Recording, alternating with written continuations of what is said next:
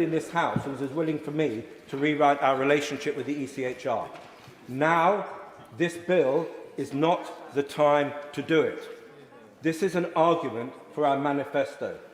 But if he was to suggest to me that what we need to do is to make the ECHR advisory, so we fundamentally change our relationship, that a vote in Parliament can overrule the ECHR, he will find no bigger champion of that than myself.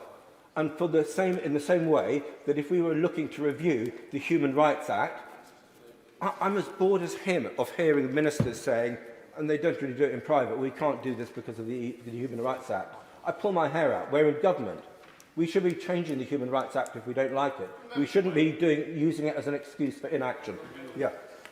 Thank the honourable member for giving way and listening with interest to his points. As one of the people who actually would be seen as the architects of the Rwanda scheme, along with the member for Corby and the right honourable member for Witham, I would have preferred to see this bill with the member from the member for Stone. And I hear many of the points made by my honourable friend from Newark. But whilst I would prefer to see it go further, it was a bill that could still work. I agree. Thank you, sir. If there was, I thank my honourable friend for his comments. If there was a chance for moving further, yes. But I don't think there is. And I think the issue is it's this bill or no bill, and it's this bill or no chance. So to come back to what my honourable friend from Ipswich was saying about the ECHR, yes, I accept what he's saying, and I agree with it.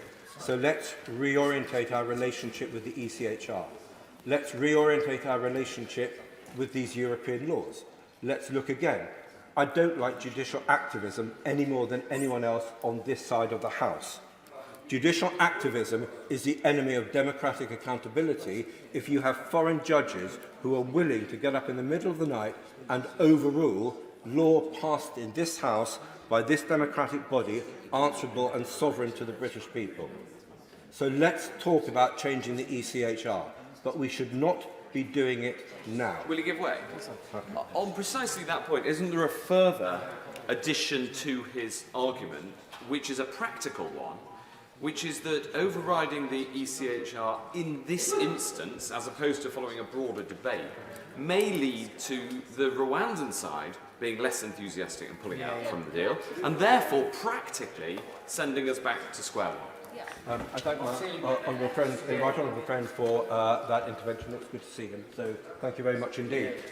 Personally, when it comes to, I think they're called Amendment 39, if I understand correctly, the pyjama amendment, where judges get out of bed in the middle of the night to strike down democratically. I don't even know why our government is still agreeing to abide by these amendments, because as far as I can see, it should be a matter of principle that Amendment 39 amendments are advisory until such time as we wish to adopt them.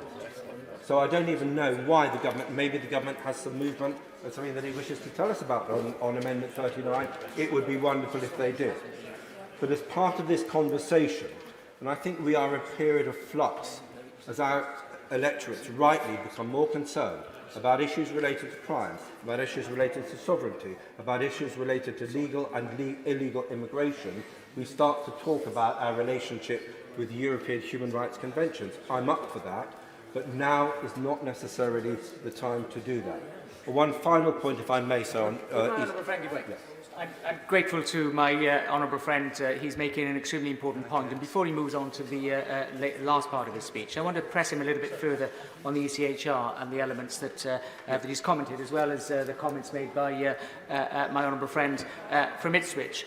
Does he recognise that some of the fundamental changes that have been asked for in some of the amendments this evening are so great that they in themselves warrant a separate piece of legislation, even if they were to come forward, so that this House could consider them in full and in detail, rather than being attached onto an extremely important bill in itself, and where they could undermine the objectives as well as detract from the wider debate that they're trying to make in terms of the ECHR? I thank my right honourable, thank you, sir. I thank my right honourable friend very much for that point. I quite agree. I think we're in danger, sir, of reverse engineering a whole load of opinions on the ECHR into a single bill, which is influenced by the ECHR, but is fundamentally about something else.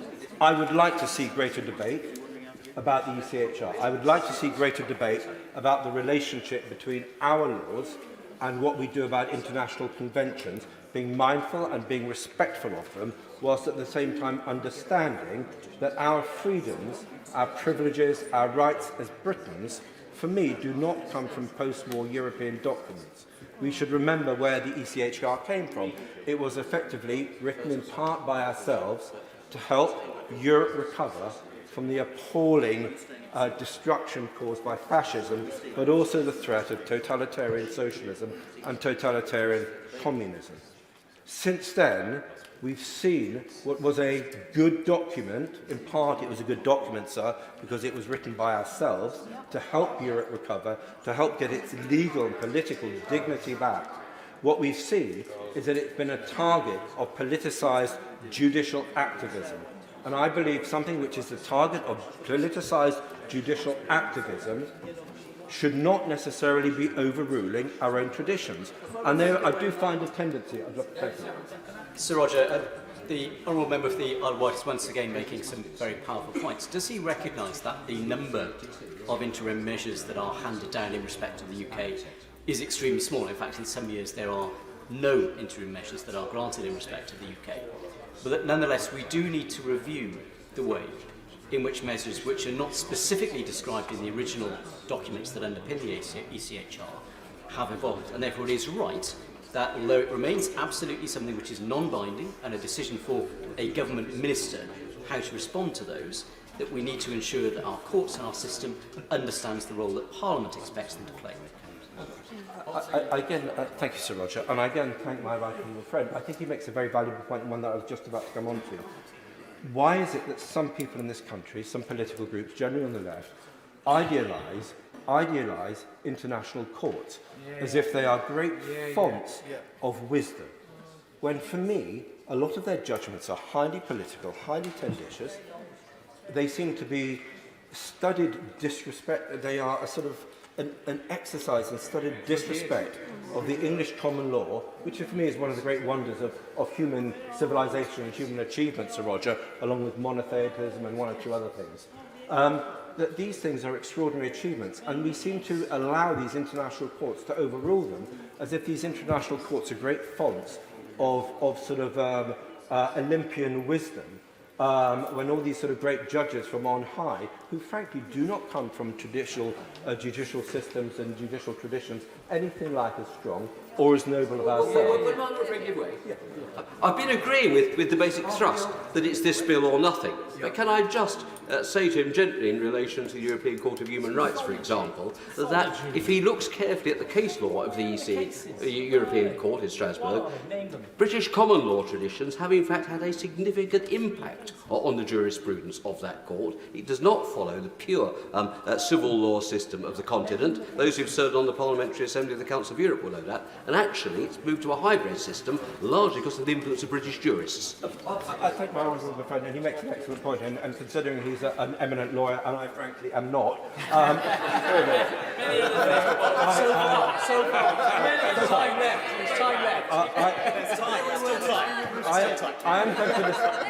I am, Sir Roger, tempted to say I will stop digging, but I would just say one point in my answer to my honourable friend, Sir Roger. Yes, I accept that point, and I think he's absolutely right that we have had an influence. But it is also, for me, that I have, from what I've seen and read, there has been an influence also of a far more rationalist system on our own common law. And I do not find the impact on EU law and EU casework on our system to have been entirely beneficial and entirely helpful. I'm glad he's making this point because, and I don't blame him because it's easy to align the two. EU law and the operation of the Luxembourg court is a very different discipline from Strasbourg. That court is enjoined to interpret EU law, and what it says is gospel, and we have to follow it. That's not the case with Strasbourg. When he talks about the case law, you know, and I'm not going to put him on the spot too much, but name the cases that actually are the problem. Where are they? I can help him. The Hurst case, the prisoner voting case, was a pretty poor judgment. Yeah. And it was bad. It was a bad judgment. You're not allowed to use that one. So there's one. there was another one about whole life sentences. Which we sorted out in the Court of Appeal. Problem solved. The Abu Qatada case, that was a long saga. We sorted that out. Those are really the three problems we've had in the 10 years. That doesn't amount to a hill of beans. I'm delighted my right honourable friend has intervened, because those are exactly the 3 points that I was about to mention to completely make my case. And I thank him for letting me do it for me. But I accept the point he makes. But I also accept for the fact that we are a sovereign parliament and our relationship, Sir Roger, has changed for many of these institutions, and I don't think necessarily our relationship reflects that change. So I will leave it at that, but I am accepting not only the points that he said, but also the wisdom in which he says it. And I think at that point, Sir Roger, unless I've got any more interventions, I'm going to be winding up. So thank you so much. Order. Just before we proceed, and I call Jerome Mayhew, can I gently say is not escaped the notice of the chair that a significant number of members have wandered in after many hours of debate during which they have not been here and then sought to participate. Technically, the chair has no power to control that, but understand we deprecate it. I take a very dim view of it as bad manners. And I hope that's very clearly understood. The honourable gentleman, the member for Ipswich, who's popped out for a few minutes, sat in his place for 5 hours waiting to speak. I believe that any other member that wishes to speak in a debate should afford the House the same courtesy. Jerome Mayhew. Thank you very much, Sir Roger. And I should start my speech with my personal apology for not having been here for the full course of this debate. The reason in my case, well, I very much wanted to be actually, but I had duties in Westminster Hall for 2 debates during the course of the afternoon, which prevented me from taking a full role in this debate. But I'm very grateful, Sir Roger, for you nevertheless agreeing to call me in what is obviously a very important debate. I have heard sufficient, however, Sir Roger, of the debate, the back and forth, that there has been criticism from the benches opposite that this bill goes too far, and there are even some words of advice and criticism on these benches that it perhaps doesn't go far enough. So I think before we get down into the nitty-gritty of the amendments, it is worth going back to base principles, look at the fundamentals as to why this bill is necessary in the first place. Because it is, without doubt, it must be the case for every single member of this House, irrespective of their party loyalties, they must agree that the current position in relation to small boats crossing the Channel is deeply wrong and has to be addressed. It's just not fair what is happening at the moment, because the small boats programme that we see in our television screens and have done for the last 2 or 3 or 4 years, ever since we plugged the last gap in our external borders by making it harder for illegal immigrants to get onto lorries or to get on the Eurostar. That's going back almost a decade, in fact. The business model is such that where you restrict one point of illegal access, the model will seek out the next weakest point in the border of our country. And right now, that is small boats crossing the Channel. But these are not individuals buying up dinghies and setting off across the Channel. We all know that this is a massive commercial opportunity for organised criminal gangs making masses and masses of money, millions of pounds, tens of millions of pounds, from the misery of others. This is money going into organised crime, which then finds a vent in other crime, both in Europe and in our own country. And it is criminal gangs who are imposing violence on the very vulnerable people that are then exploited by them in the crossing of the Channel. So it must be right that any responsible government would take steps to challenge a set of circumstances where very vulnerable people are being exposed to risk and violence, not just the risk of death crossing the Channel. And the honourable member from Doncaster, if I heard him correctly, said there were 5 deaths just last week from this very dangerous process. But there's also the violence of the criminal gangs imposing their will on these migrants. Yes, I'll happily give way. Thank you very much for the intervention, accepting my intervention. Does the honourable member not agree that the massive amount of money wasted on the Rwanda plan would be better spent on creating safe legal routes and clearing the backlog so that those fleeing persecution can build a better life in a country proud of its humanitarian actions, as so many have in my constituency of Ealing Southall? I'm very grateful to the Honourable Member for Ealing South for his contribution. And he allows me to highlight the success that the government has made in reducing the backlog, as made clear by the Prime Minister in Prime Minister's questions early on today. But he's also right, and I don't shy away from the point that the Rwanda scheme is expensive. And if it was to be calculated as cost spent per person flown to Rwanda, it would be a very high cost indeed per individual. When the scheme gets up and running. I will come to the Honourable Member, the Honourable Friend in a moment. But that is not the point of Rwanda. It's not that every single person who comes across borders illegally will then be shipped to Rwanda. The idea of the Rwanda scheme is to act as an effective deterrent. So you send a few people to Rwanda. The scheme, the criminal gangs, and more importantly, the people who are paying large sums of money to the criminal gangs, get the message that this course of action, paying money to the criminal gangs, being ferried across the channel, is no longer an effective way of getting here. And they will go, I will in a moment, but I will give way there and then to you after that. That it is not an effective means of gaining access to the United Kingdom.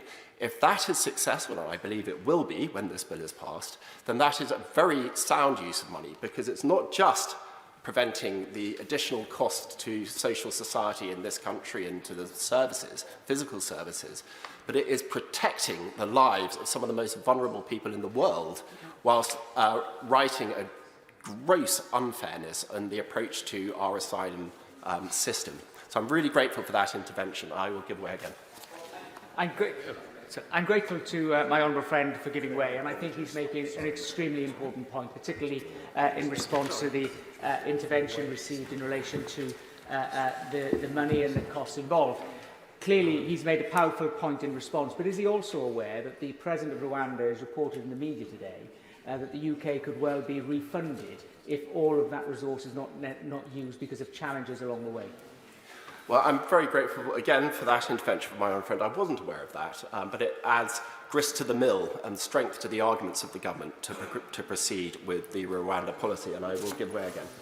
Will he give way, and can I pay tribute to him in making his speech? And he took the intervention from the other side of the House, which pointed about safe and legal routes. One of the biggest problems we have with the system is we haven't heard how many, where from, and what these safe and legal routes would look like. There are 100 million people supposedly displaced across the world. So if 1% of them even decided to come to the UK, that's 1 million people that have to be processed and found a country. If we do this as a one individual country when it's a worldwide problem, we create and facilitate not only a problem in our shores, but in the shores where you open those centres. And does he believe that there is a plan from the opposition over where these would be, how would we man these centres, how much they would cost, and what all those safe and legal routes look like, especially when people are leaving from France, when France is a safe country?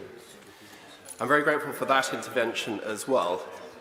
The phrase safe and legal routes, it feels right, doesn't it? It feels like we should be in favour of safe and legal routes. And speaking personally, I do think they are part of a solution, a wider solution to immigration policy in the future. But the Honourable Member for Bosworth referenced that there may be up to 100 million people seeking asylum currently in the world. I think from memory, the figure from the United Nations report is actually 108 million people. I will give way there and then there, but I will come back and answer that question. I'm grateful to my honourable friend giving way, and he's making an excellent speech. Of course, this bill is dealing with a lot of the pull factors, or at least references or infers approaching those in a more constructive and positive way.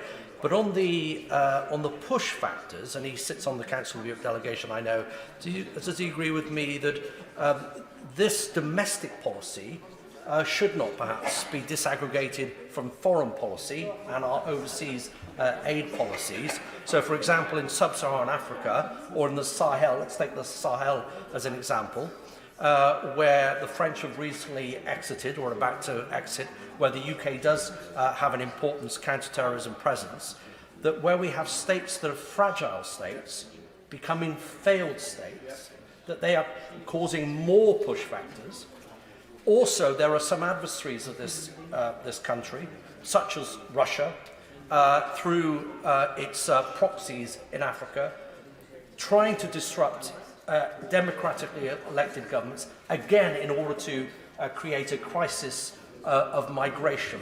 Quite happy to see people coming up through North Africa and coming into Europe. So does he agree with me, given his international experience, that we have to have a more holistic view of this policy in the context of global foreign policy? I'm very grateful. I mean, those are excellent points, and it is one of the reasons why the merging of the development department with the FCO, as it then was, become the FCDO, has the potential, at least, to link those two areas of policy in a way that the honourable member describes. The challenge here is very substantial. I will come on in a minute, but I've got a few answers to give before I give way again. The challenge with push factors is that they've only just started. You're quite right. The honourable member is quite right to reference malign actors such as Russia in the short and medium term. But there is a much bigger factor which we need in this House to consider over the next 20 to 50 years, and that is climate change. Because the likelihood is that there will be very, very significant mass migration from sub-Saharan Africa at a time when large areas of countries, perhaps entire countries, may become functionally uninhabitable through water scarcity and heat. Then what we've seen currently in push factors will be nothing to what we see in the future. So it behoves us as a responsible government to design and implement now an immigration policy that is fit for purpose, not just for now, but the future. Returning to the point of my honourable friend Bosworth, so you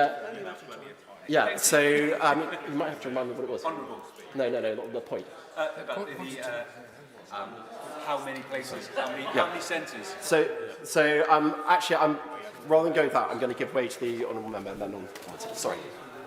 I'm giving way. I was just going to make the point that, would you agree? I do find it frustrating, Sir Roger, when especially the opposition benches talk about the need for safe and legal routes. As a statement of fact, there were 10 safe and legal routes into the UK in the past decade. There are currently 9 safe and legal routes into the UK, which have been responsible for 50,000 refugees coming from, of those safe and legal routes are responsible for 50,000 refugees coming to this country from 2015, and overall, the numbers of refugees or people granted asylum in this country from 2015 to 2016 is a number approaching the population of Manchester now. You're talking about something in the upper 400s, twice the size of the city of Portsmouth. So when people talk about the need for safe and legal routes, I mean, I'm just assuming that none of the benches opposite have any clue what they're talking about. Would you care to comment? I agree certainly with that last sentiment. We've had very significant and welcomed. We've been a place of safety for I think it's about 80,000 from Ukraine. We've opened our arms to Hong Kong, British nationals of Hong Kong descent, some 250,000 from there. We've got the Syria programme, which is, from memory again, about 20,000, as well as the Afghan resettlement programme, which was about 18 to 20,000. All of these have been safe and legal routes. And the big difference, Sir Roger, is that the British government, representing the British people, decided that those were the people we wanted to help. They were the most vulnerable, and we took the decision, not criminal gangs from abroad. I will give way, but then I will make some progress. I'm very grateful. And it's exactly that the British people decided. Does he believe that it's right that the government is consulting on asking local council authorities how many asylum seekers and refugees they can support, come up with a number that Parliament will then have a decision on to vote on, which is exactly the right thing to say, to be pragmatic and practical while warm and welcoming to those who need that help? The Honourable Member for Bosworth makes another very good point. One of the most important things that we must not forget in this place is that our asylum policy depends on the support and acceptance of our people. And if we have a policy that is rejected by people, that they feel is unfair, that doesn't represent their views, then we really run the very genuine risk of throwing the whole baby of asylum and welcoming people with vulnerabilities from around the world out with the bathwater. And this bill helps to maintain a welcoming stance to asylum seekers which are decided on by the government, whilst maintaining public support for the policy as a whole. And I'm going to give way over there, and then I will conclude. Just to shed a little light on this to help him here, as the author of the Safe and Legal Routes Amendment in the Legal Migration Bill, he is quite right. We have very generous safe and legal route schemes already. The trouble is they are mostly limited to set groups of people, and the importance of the schemes that the government are working on is for those people who are genuine asylum seekers, genuinely fleeing persecution, war zones or whatever, can be accommodated in some way. But it will be subject to a cap. So although there are potentially hundreds of thousands and millions who may want to come here, the illegal migration bill sets a cap for safe and legal routes. So it's the number of people that we can cope with, but they're the right people, the most vulnerable people we can take in, and then separate out them from those people who have no credible case for coming to the United Kingdom, which is why this bill is so important.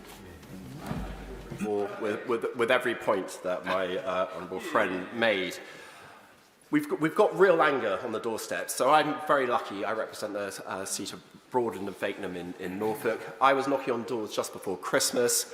Of the 100 or so doors I knocked on, I had 20 conversations, decent conversations with constituents of mine. This is rural Norfolk. 19 of those 20 conversations raised illegal migration as one of the key issues.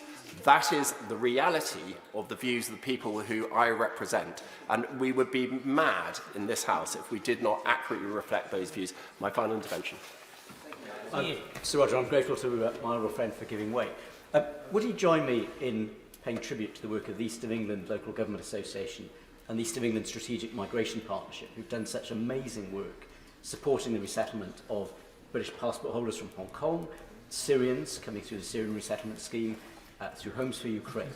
And does he agree with me that it'd be much more acceptable to those constituencies referred to hear that those individuals have come to the UK through arrangements agreed with local authorities who have the capacity to support them, rather than, as I witnessed when I visited the jungle camp in Calais, done by a rate sheet of smugglers? The more you can pay, the more likely you are to be able to break into the UK through a back door. My honourable friend is exactly right. That my constituents are generous-minded, they are welcoming, but they don't like the unfairness. They feel that this is inherently unfair. So we've got young men aged 18 to 40 typically. Where are the women? Where are the children? We've got young men 18 to 40 who are relatively rich because they've been able to pay £3,000 to £5,000 to the smugglers, or worse still, will be indented and end up in slave labour trying to pay back a debt that will never be repaid. You've got, this is a terrible situation which needs to be addressed. Now, the government has taken really effective action, and we can see that, not because I just say it, but because in the hard data that we've seen this in the last year. In a time when migration into the European Union is going up by about a third, and in Mediterranean companies by fully 80% last year, the effect of the suite of interventions that the government has already made has been so effective that it has reduced migration down in this country by 36%, over a third. That's not because of Rwanda, it's in addition to Rwanda. It's because we've increased French patrols on the coast by 40%. It's because we've been tracking down boat supply in places like Romania and removing that production from the ability of these gangs to physically get people across the Channel. We've increased the raids on illegal workplaces, which were part of the pull factor for the illegal migrants. And perhaps more important than anything else, we have cut a deal with Albania, demonstrating that where the year before, I think about 20,000 people came from Albania, claimed asylum, with the returns policy, recognising that Albania is a safe country, just as Rwanda is, by the way, that the number of potential migrants coming across the Channel has decreased by in excess of 90%.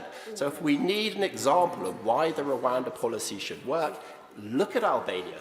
Look at the results that we have already achieved, and this government, for who, I commend them for the hard work, the hard yards, the incremental gains, which have shown, we're not all the way there, but 36% reductions already and counting. And if we add on what we propose in this bill for the Rwanda relocation deterrence, I think this is going to really make an enormous difference. And we've heard from government lawyers that the current process is likely to reduce the number of appeals by 99.5%.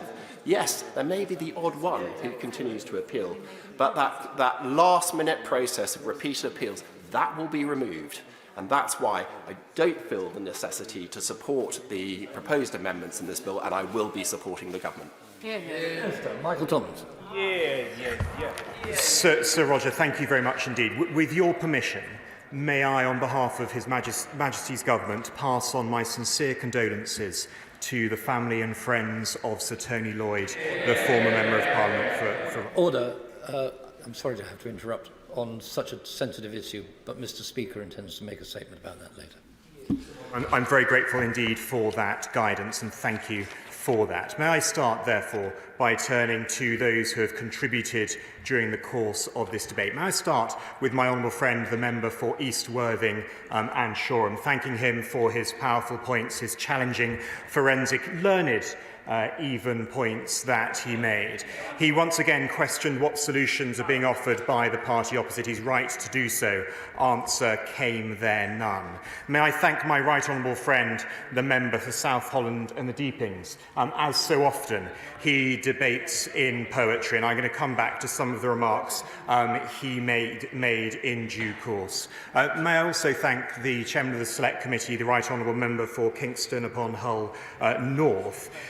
She was right, and she ensured she didn't make a second reading speech, but she did mention one or two other matters and amendments, and I'll turn to those in due course. I thank my honourable friend, the member for Ruislip, Norwood and Pinner, always thoughtful, measured, and so often right, and I'm grateful to him for his contributions and also for his interventions during the course of the latter stages of this debate. The honourable member for Glasgow Central cited Robert Burns and asked what he would have to say to the benches opposite. And my honourable friend and neighbour, the member for North Dorset, rather cheekily, from a sedentary position, suggested that Robert Burns might say to the benches opposite, "How can I join you?"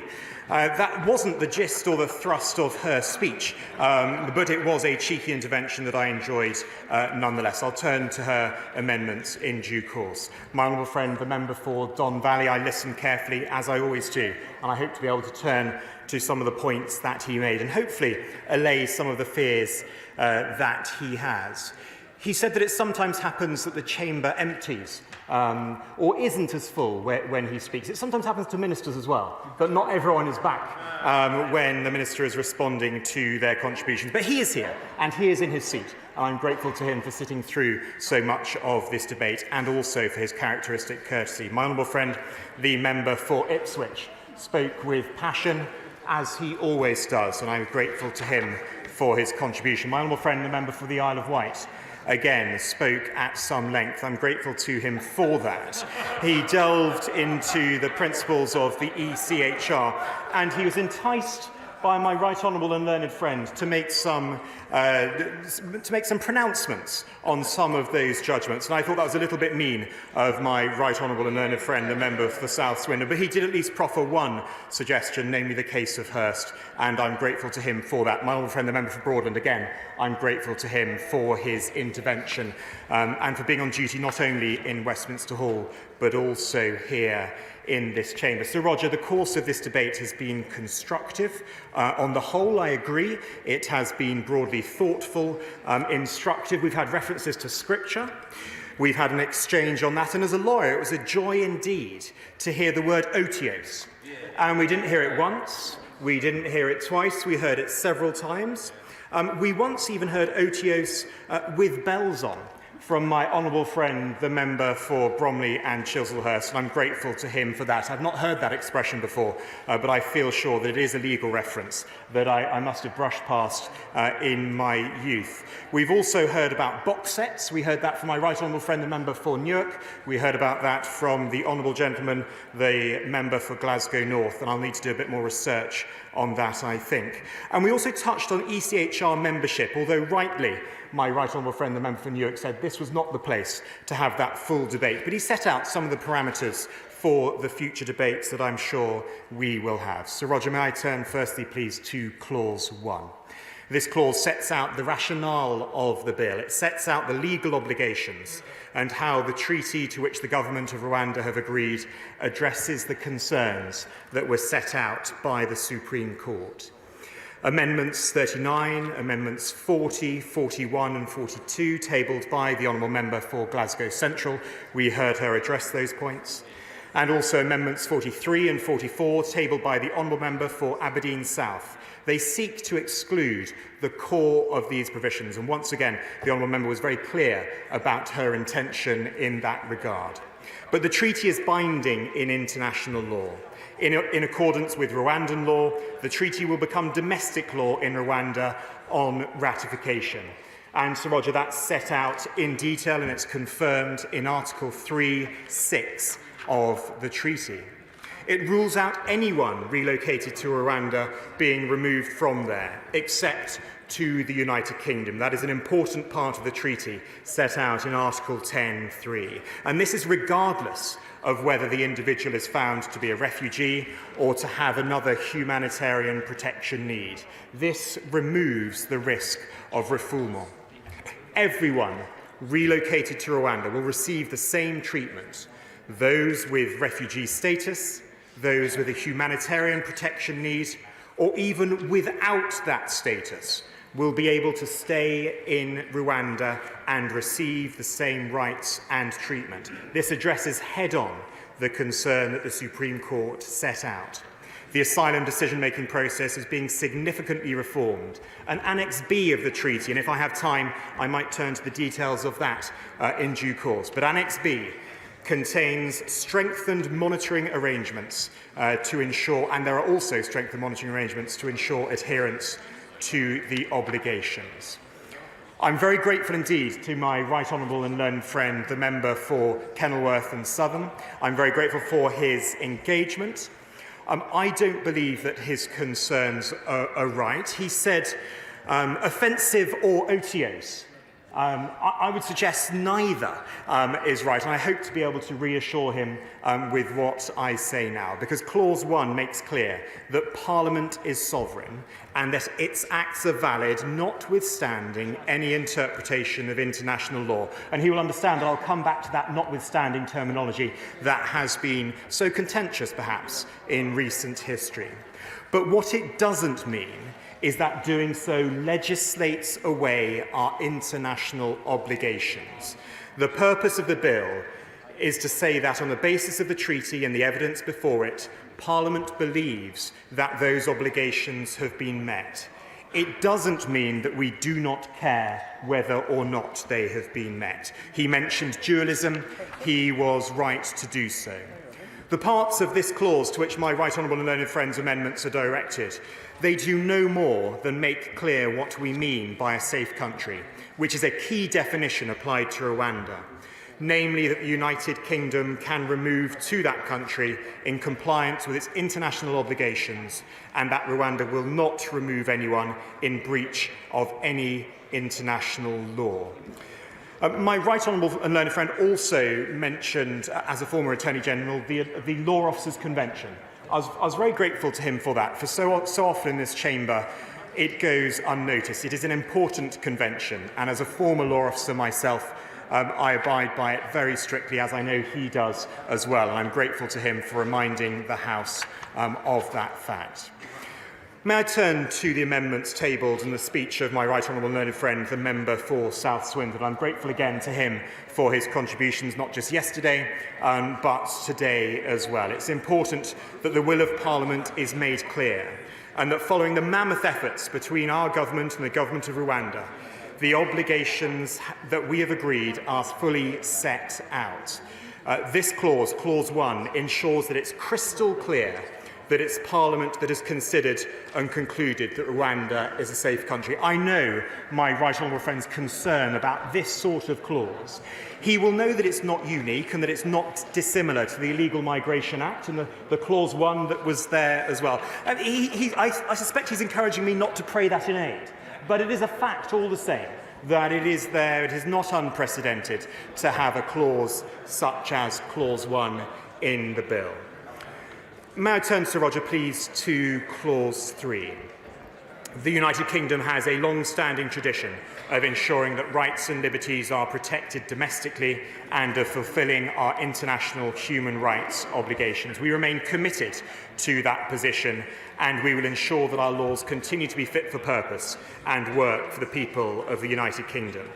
Though some of the provisions in the bill are novel, the government is satisfied that the bill can be implemented in line with the Convention rights. However, it has been clear that people will seek to frustrate their removal by any means. Therefore, this bill goes further than the Illegal Migration Act taken through by my right honourable friends, the members for Newark and for Fareham. As we have heard, that bill only excludes Section 3, or it disapplies Section 3. This bill and this clause disapplies further elements of the Human Rights Act. And the effect is that the duty under Section 6(1) of the Human Rights Act is disapplied from any public authority, including any court or tribunal that is taking a decision that's based on the duty under Clause 2 of the bill to treat the Republic of Rwanda as safe. Now I turn directly to my right honourable friend, the member for Newark, and for his amendments, firstly his amendments 11 and 18, if I may.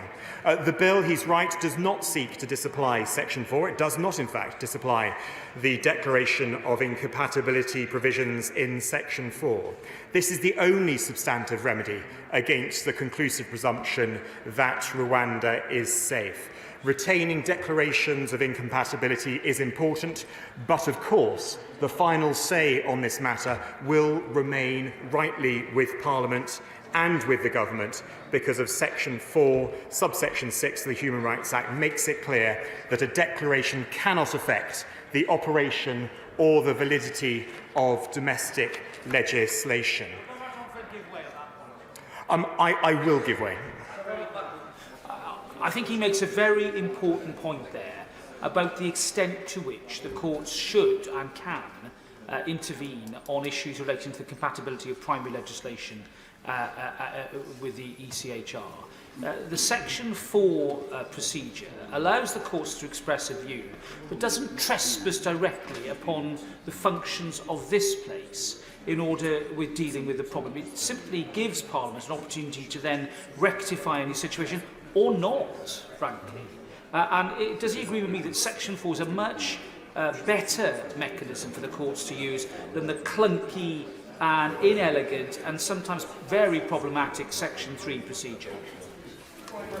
Indeed, to my right honourable and learned friend, I heard what he said about Section 3, and I agree with him wholeheartedly and entirely. He's absolutely right to describe it as clunky, and it has been disapplied in this bill as well as the Illegal Migration Act. But may I say directly to my right honourable friend, the member for Newark, that I accept entirely his comments when he says that he is here to help the government, that he believes passionately in this policy, and he has had several very frank, open and honest conversations with me about that, both in this chamber and outside. I'm very grateful to him for the way that he put his points so ably and so clearly. But the disapplication of these sections within the bill significantly reduces the extent to which public authorities are bound to act as a consequence of the Convention rights. May I turn to some other amendments, Sir Roger. May I turn to Clause 5 and the further amendments tabled by my right honourable friend? Because this bill makes clear in Clause 5 that it is only for a Minister of the Crown and only they alone to determine whether to comply with an interim measure of the Strasbourg courts. It also makes it clear that the domestic courts may not have regard to the existence of any interim measure when considering any domestic application flowing from a decision to remove a person to Rwanda in accordance with the treaty. What happened with the Rwanda flight in June 2022 was frustrating, as many honourable members have mentioned. It was a deeply flawed process and raised issues of natural justice, but changes have been made since then, not least in the Illegal Migration Act. And since then, the Strasbourg Court has, on the 13th of November, announced the outcome of its review into the rules concerning interim measures. And the changes include the naming of judges, and that interim measures should be communicated as formal decisions. And it confirms the existing practice in parties being able to request reconsideration of a decision in the rules. And the United Kingdom has responded formally to that court's consultation. Sir Roger, I know that colleagues have raised concerns that, assuming this bill passes and succeeds in closing down the vast majority of individual claims, our deterrent will be frustrated by a Rule 39 interim measure.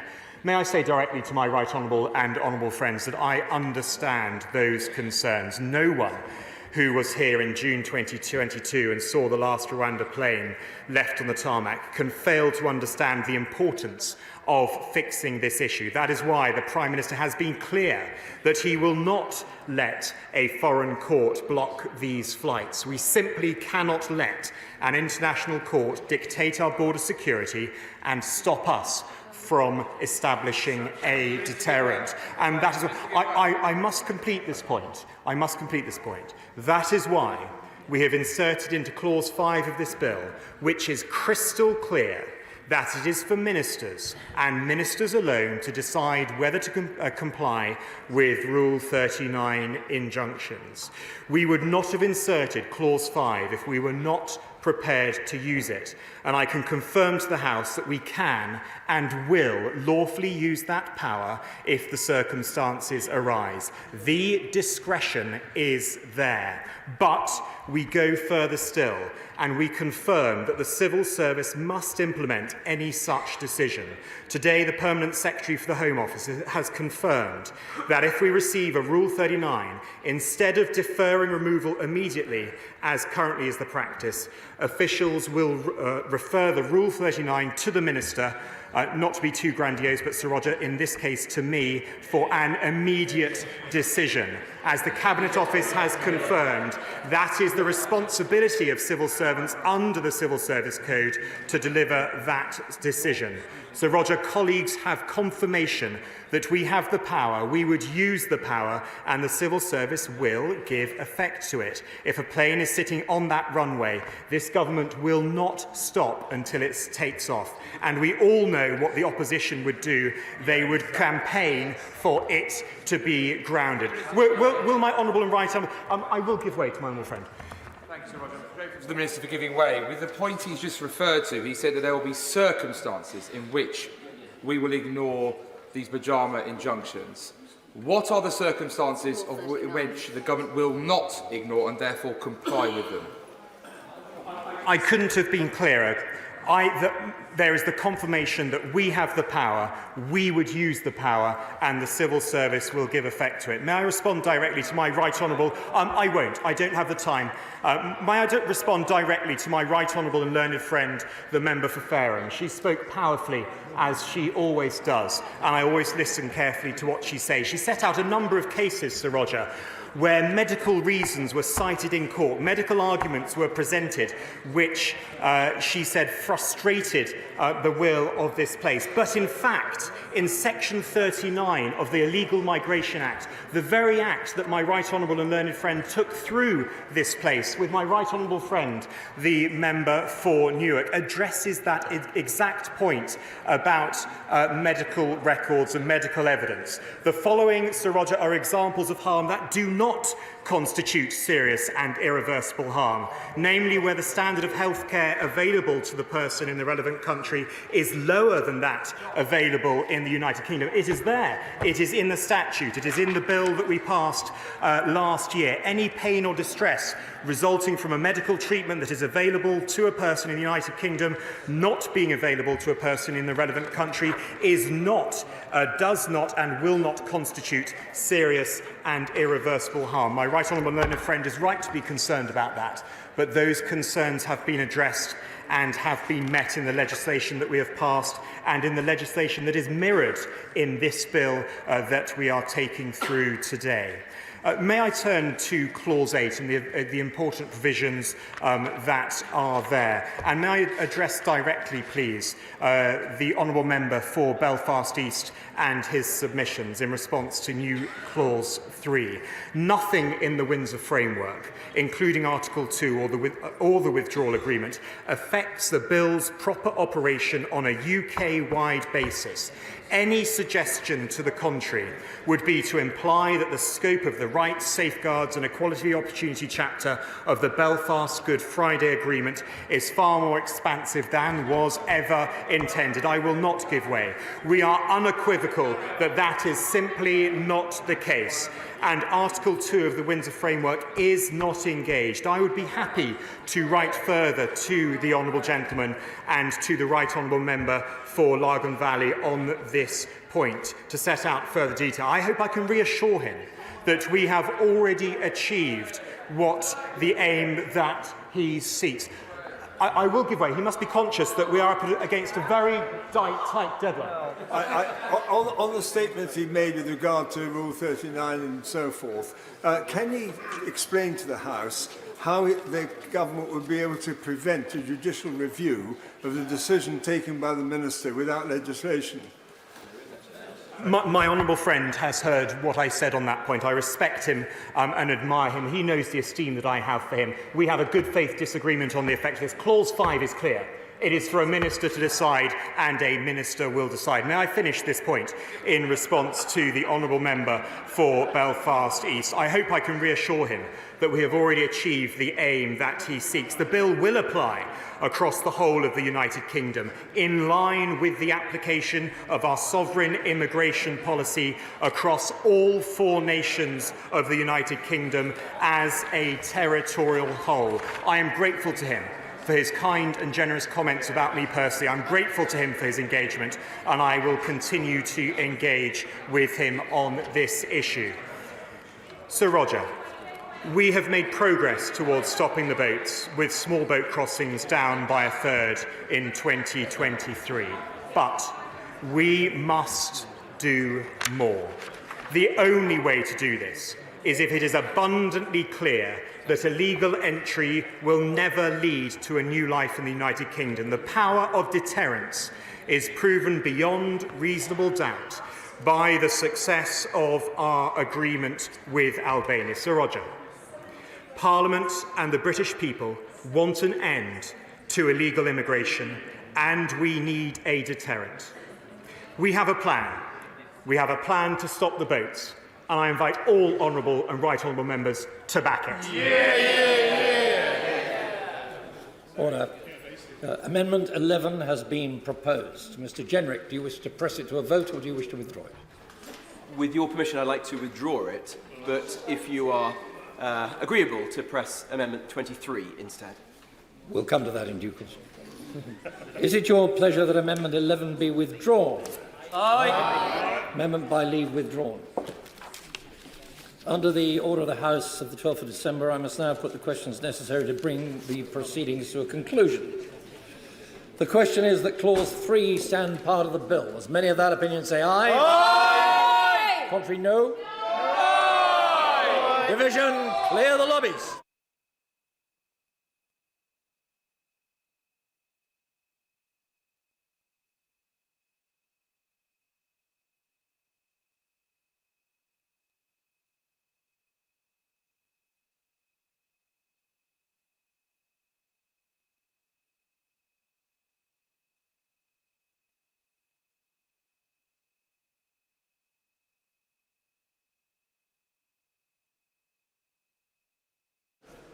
quickly. Sorry, Sir Roger. Thank you. The question is that Clause 3 stand part of the bill. As many of that opinion say aye. Aye. Contrary, no. No. Tell us for the ayes. Rob Logan and Aaron Bell. Tell us for the noes.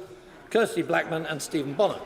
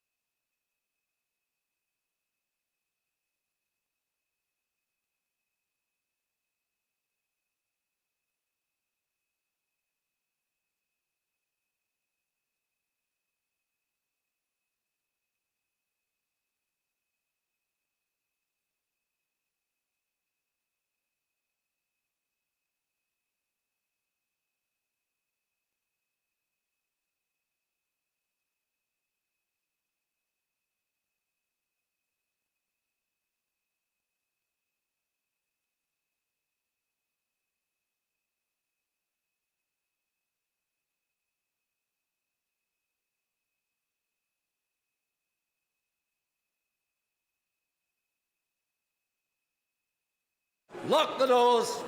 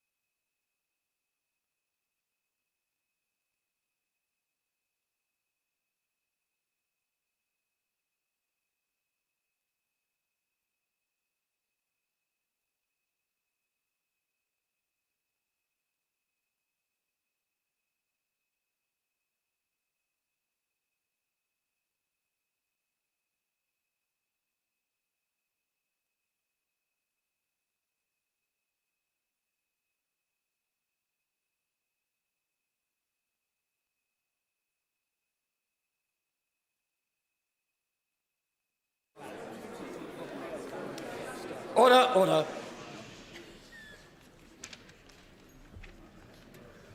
The ayes to the right, 339. The noes to the left, 264.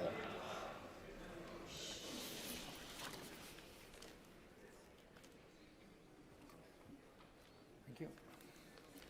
The ayes to the right were 339. The noes to the left were 264. So the ayes have it. Unlock.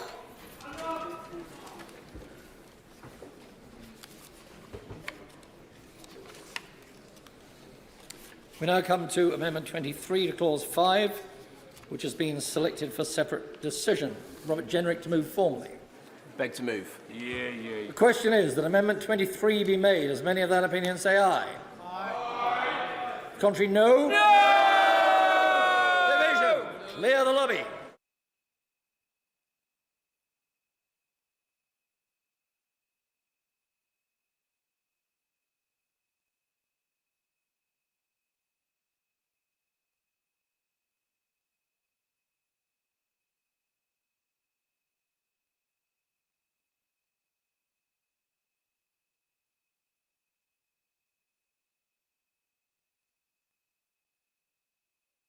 Amendment 23 be made. As many of that opinion say aye. Contrary, no. No. Tellers for the ayes, Sir Jacob Rees-Mogg, Miriam Cates. Tellers for the noes, Rob Logan and Aaron Bell.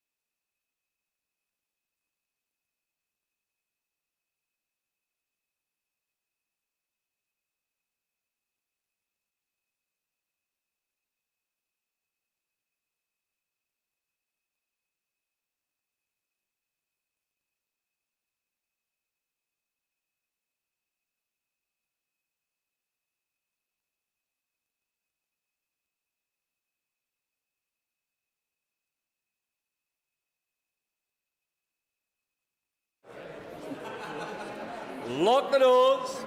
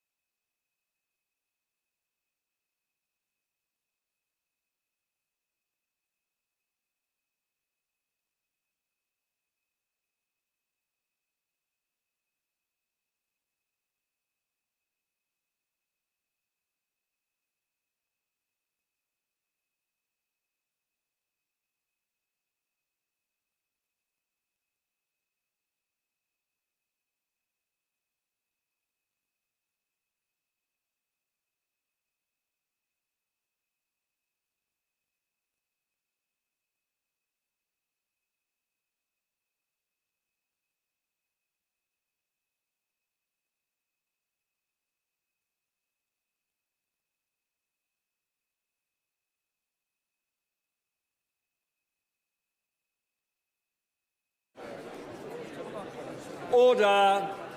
Order. The ayes to the right, 65. The noes to the left, 536.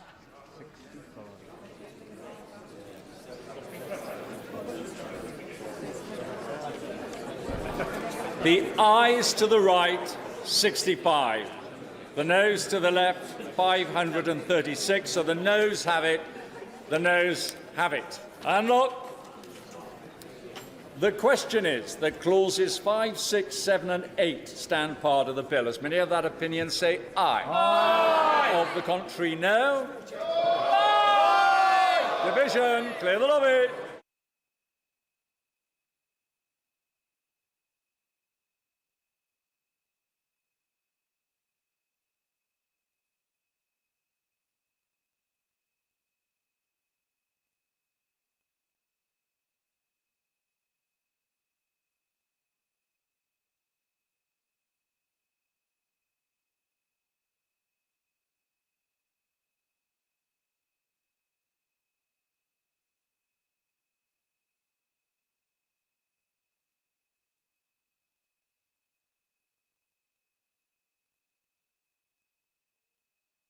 Order. If members could resume their seats, please. The question is that clauses 5, 6, 7 and 8 stand part of the bill. As many other opinions say aye. Of the contrary, no. Tell us of the ayes, Robert Largan, Aaron Bell. Tell us of the noes, Kirsty Blackman and Steve Bonner.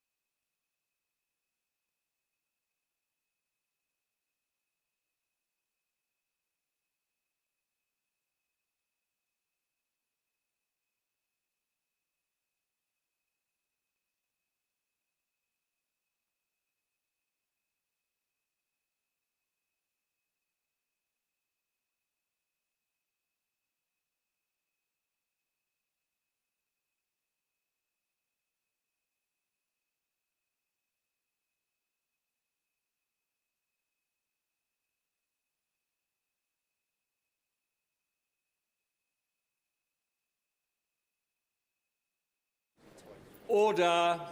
Order. The ayes to the right, 340. The noes to the left, 263.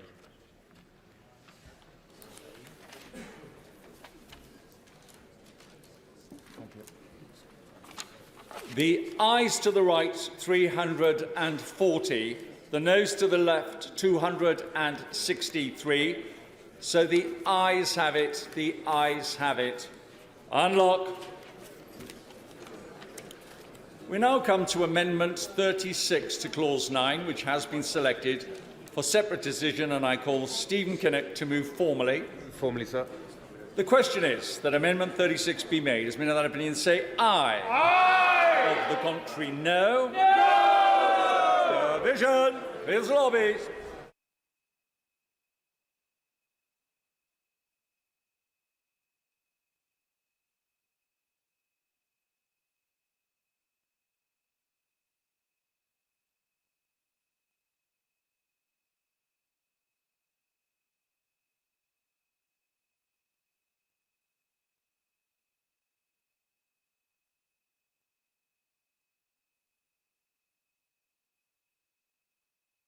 Order. If members could resume their seats. The question is that Amendment 36 be made. As many of that opinion say aye. Or the contrary, no. No. Tell us for the ayes, Andrew Weston, Samantha Dixon. Tell us for the noes, Robert Largan, Aaron Bell.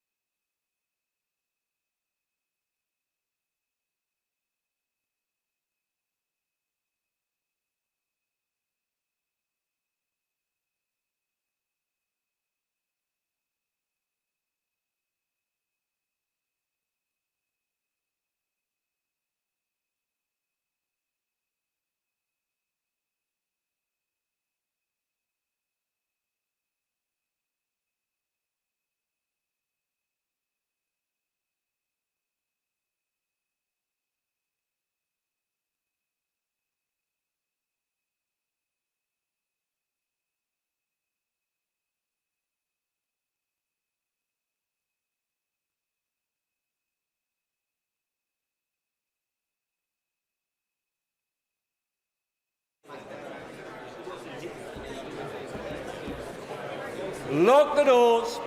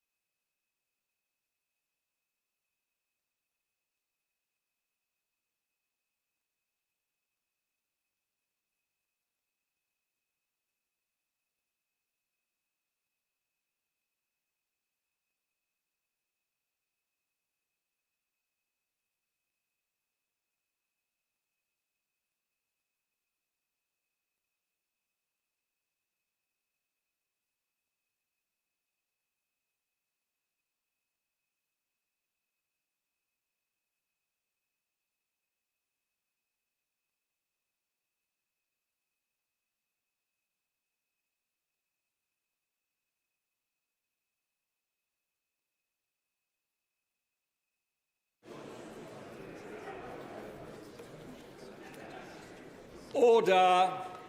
Order. The ayes to the right, 263. The noes to the left, 339.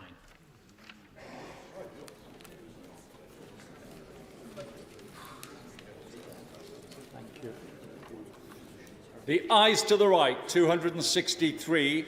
The noes to the left, 339. So the noes have it. The noes have it.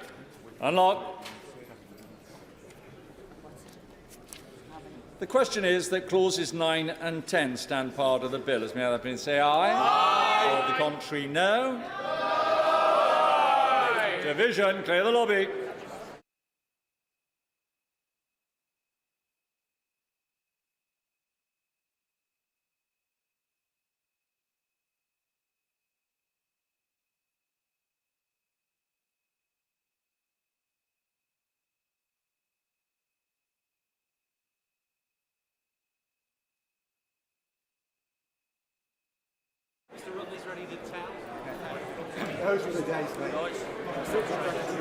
Order. The question is that clauses 9 and 10 stand part of the bill. As may other opinion say aye. Aye. Or the contrary, no. Tell us for the aye, Scott Mann, Mark Fletcher. Tell us for the noes, Kirsty Blackman, Steve Bonner.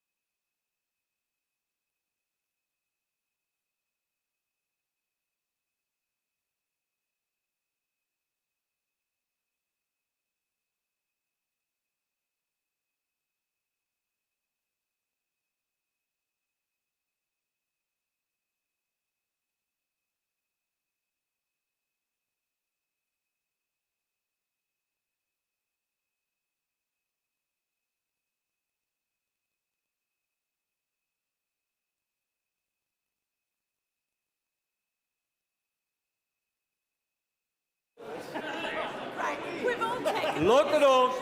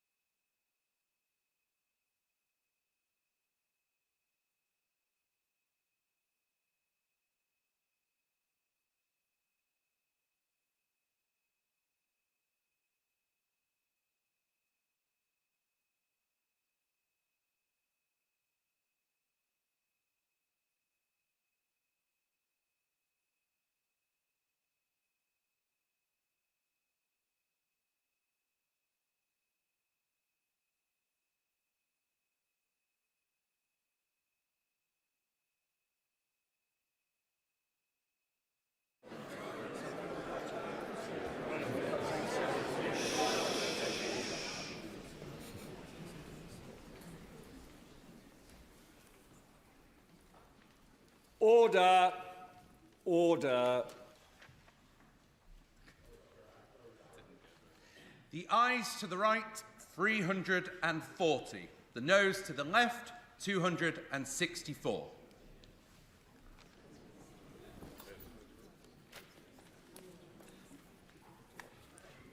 Thank you. The ayes to the right, 340. The noes to the left, 264.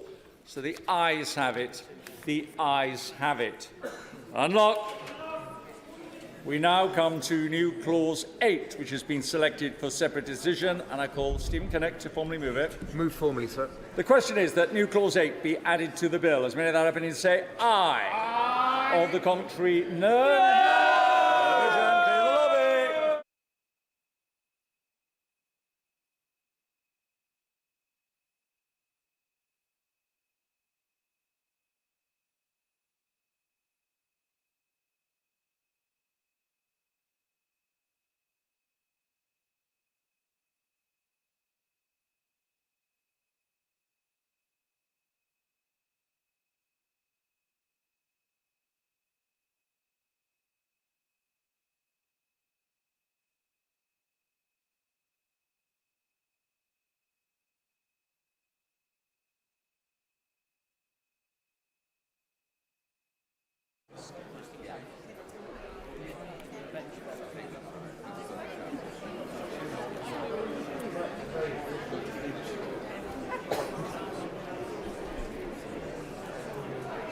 Order.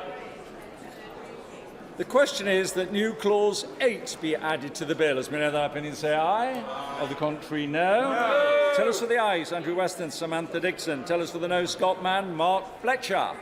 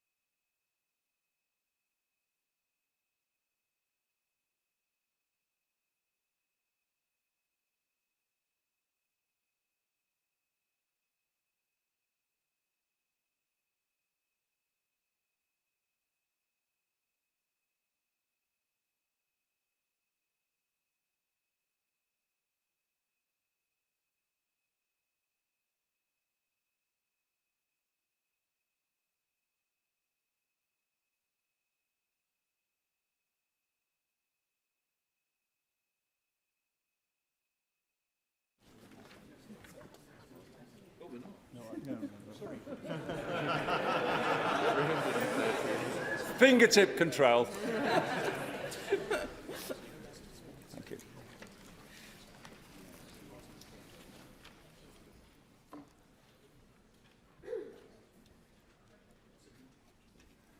Order.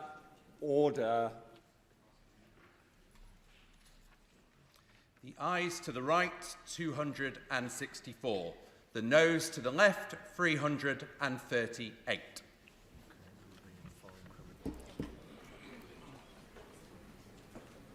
Thank you. The ayes to the right, 264. The noes to the left, 338. So the noes have it. The noes have it. Unlock. The question is that Clause 1 stand part of the bill. As many other opinions say aye? Aye. Contrary, no. I think the ayes have it. The ayes have it. Order. Order. That concludes the proceedings of the House in Committee on the Safety of Rwanda, Asylum and Immigration Bill.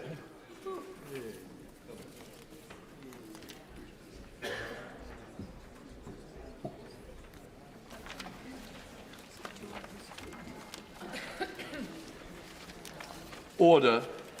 Before I ask the Whip to report, it is with great sorrow that I inform the House of the death of Sir Tony Lloyd.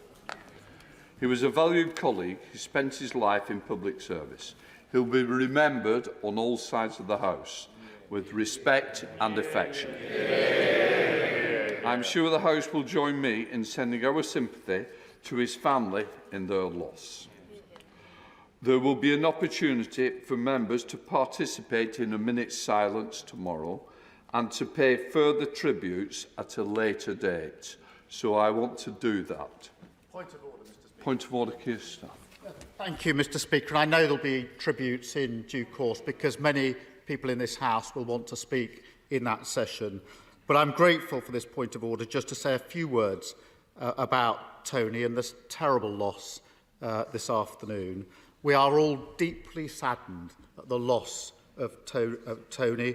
I spoke to him last Thursday when he left hospital for the last time to spend as much time as he could with his family and was able to pass on to him our thoughts, our respect, our affection for him, his commitment, his public service and, frankly, his sheer decency. I know that's not just felt across the Labour Party and the Labour movement, it's felt across this House and beyond. And can I just say thank you to those opposite who have sent messages. It is a great comfort to his family to know the respect that he was held in across this House. And our thoughts, of course, Mr. Speaker, this evening are with his family at this difficult time. I say it. Minute silence tomorrow, and we'll give the House an opportunity for further tributes to be paid. Right. Order. Whip to report. I beg to report that the committee has gone through the bill and directed me to report the same without amendment to the House. Third reading. Minister. No. There we are. Minister to move the third reading. Right. Okay. Minister. Thank you. Thank you, Mr. Speaker.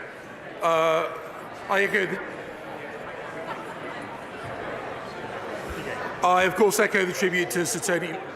Should just let the room just clear. Yeah.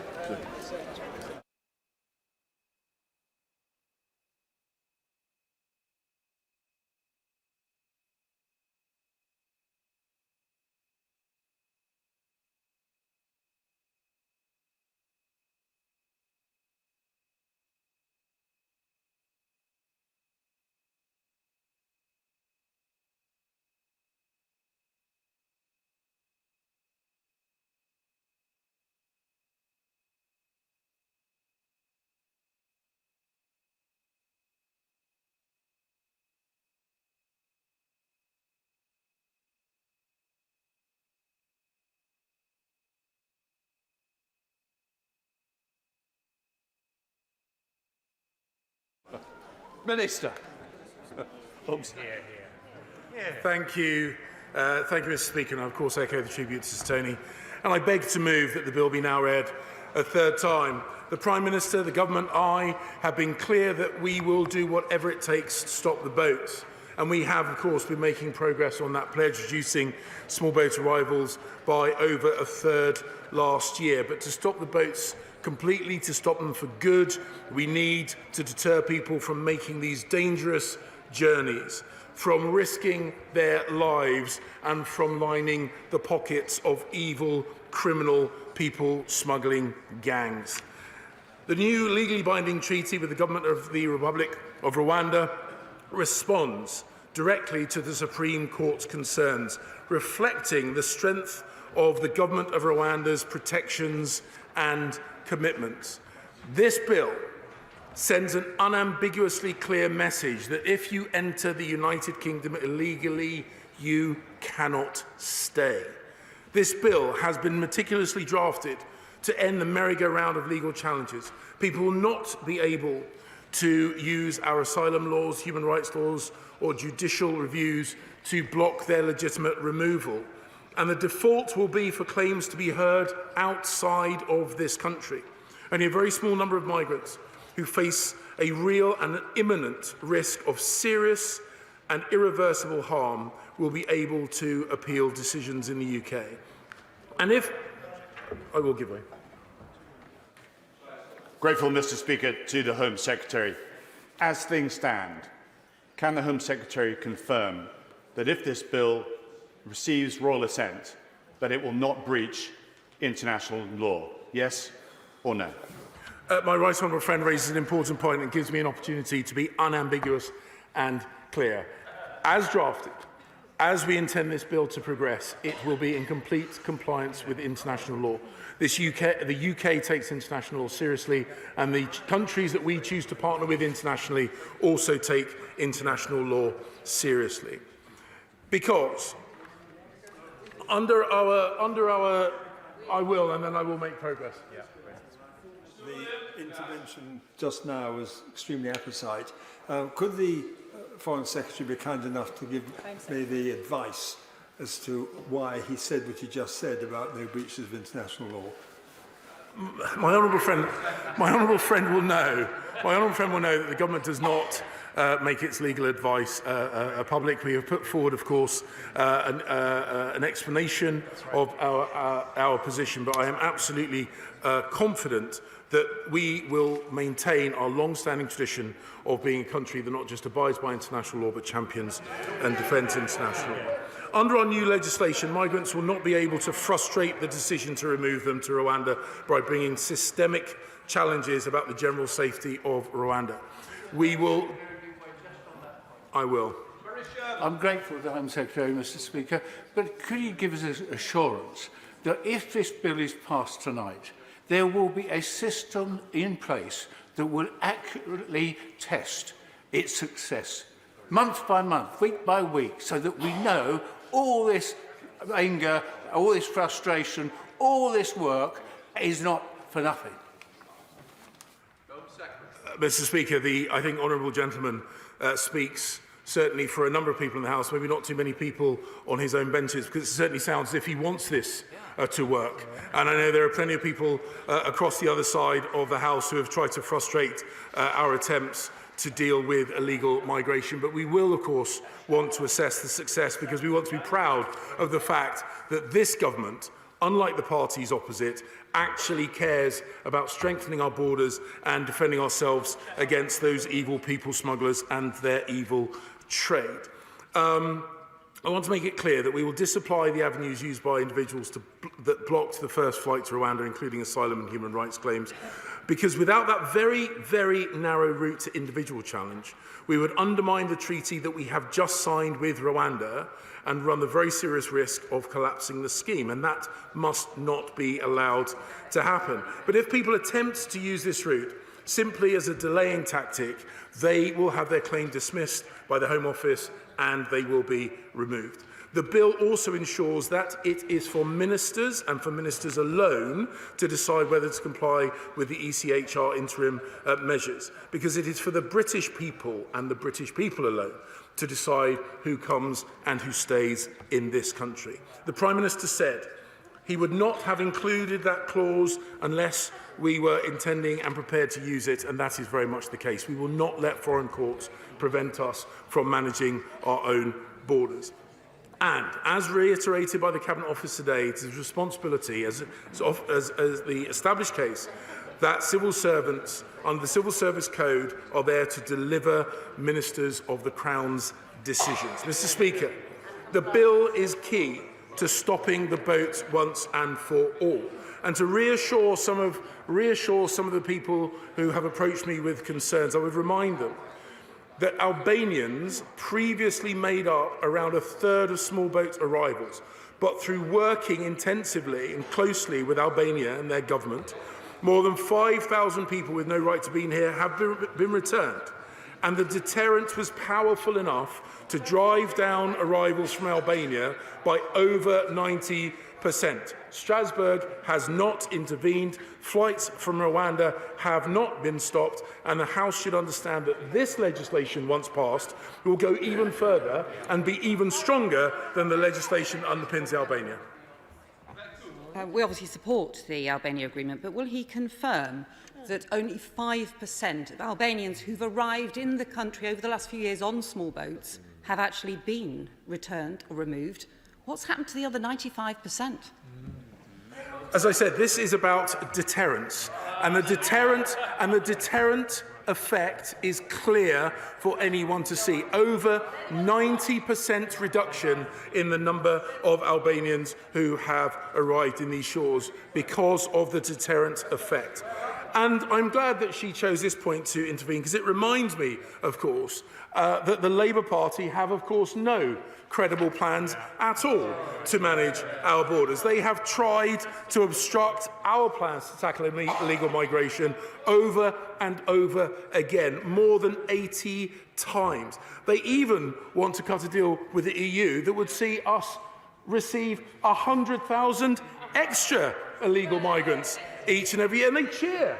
She's pleased with the idea that they're going to receive an extra 100,000 every year. They can laugh, but we take this issue seriously, because it is not what our country needs, and it is not what our constituents want.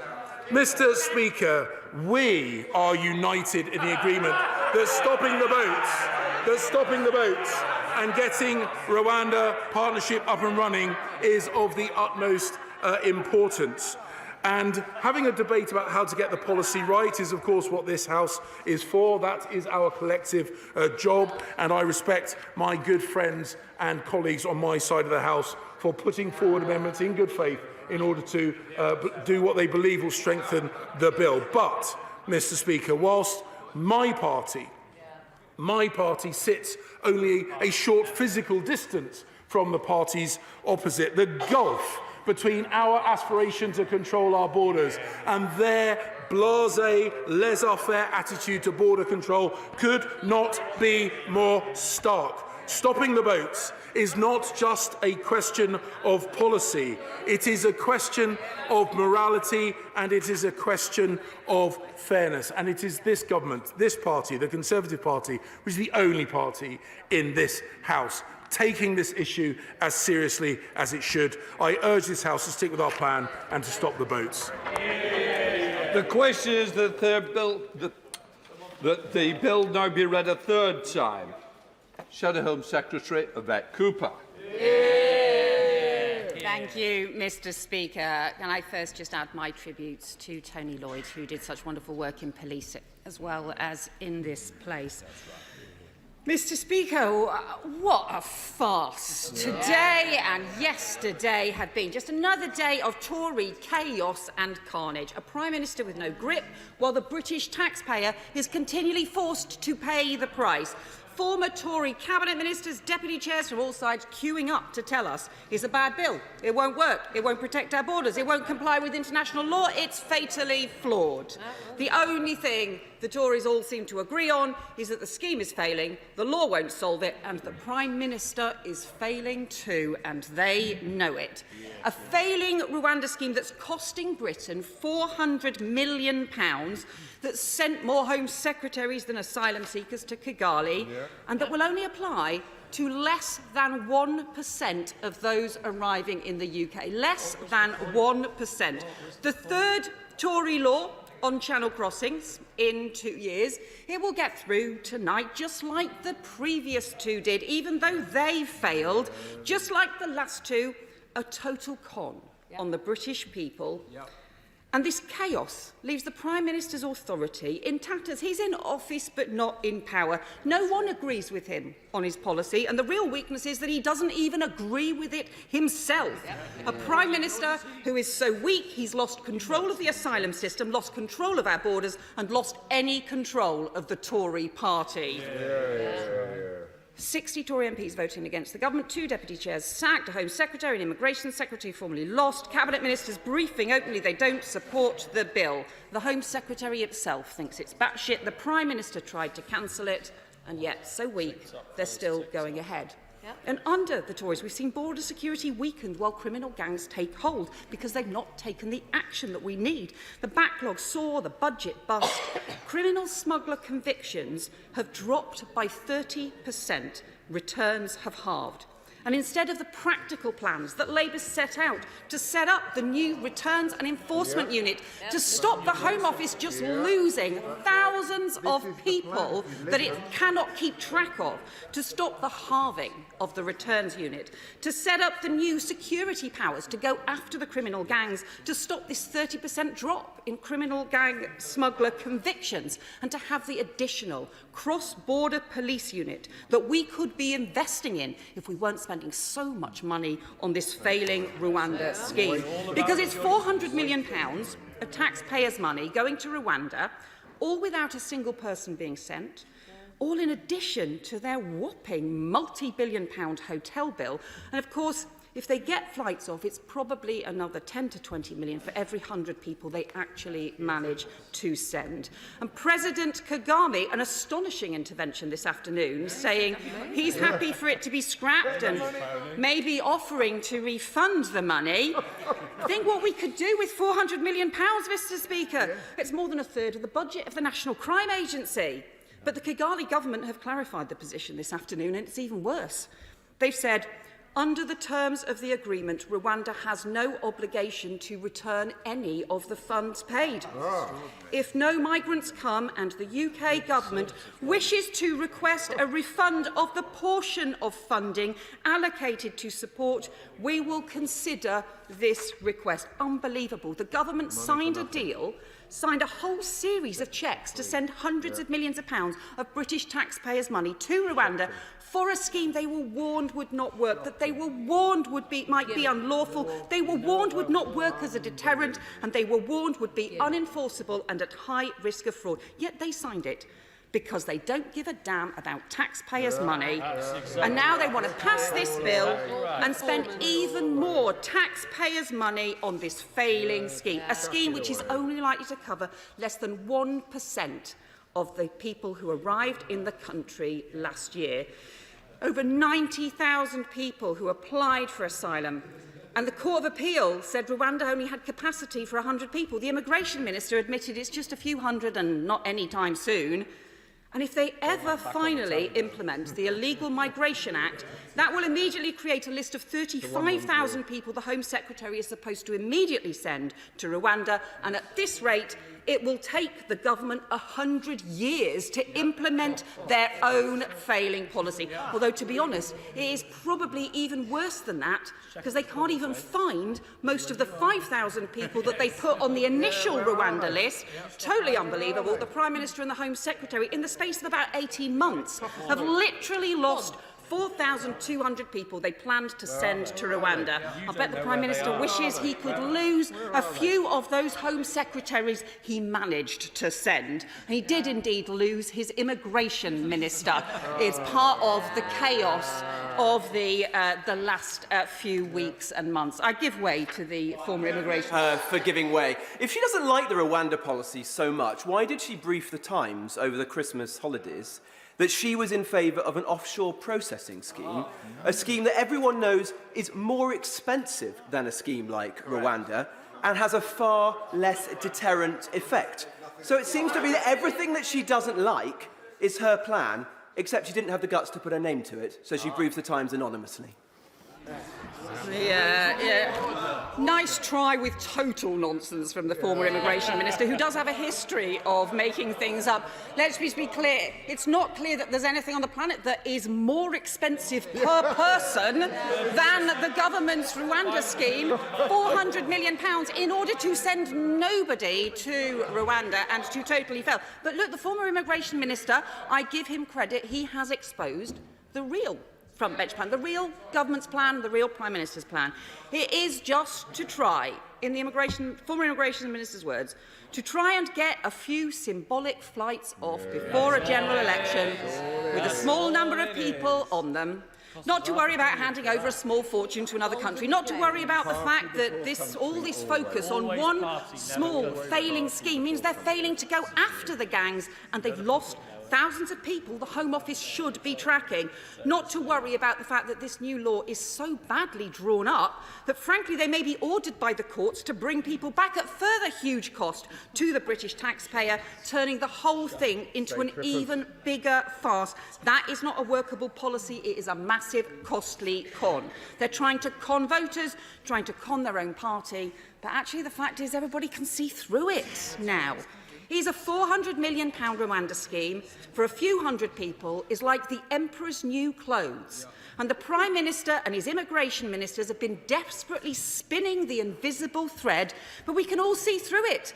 The Home Secretary is just wandering naked round this chamber, waving a little treaty as a fig leaf to hide his modesty behind. I admit he doesn't have much modesty to hide.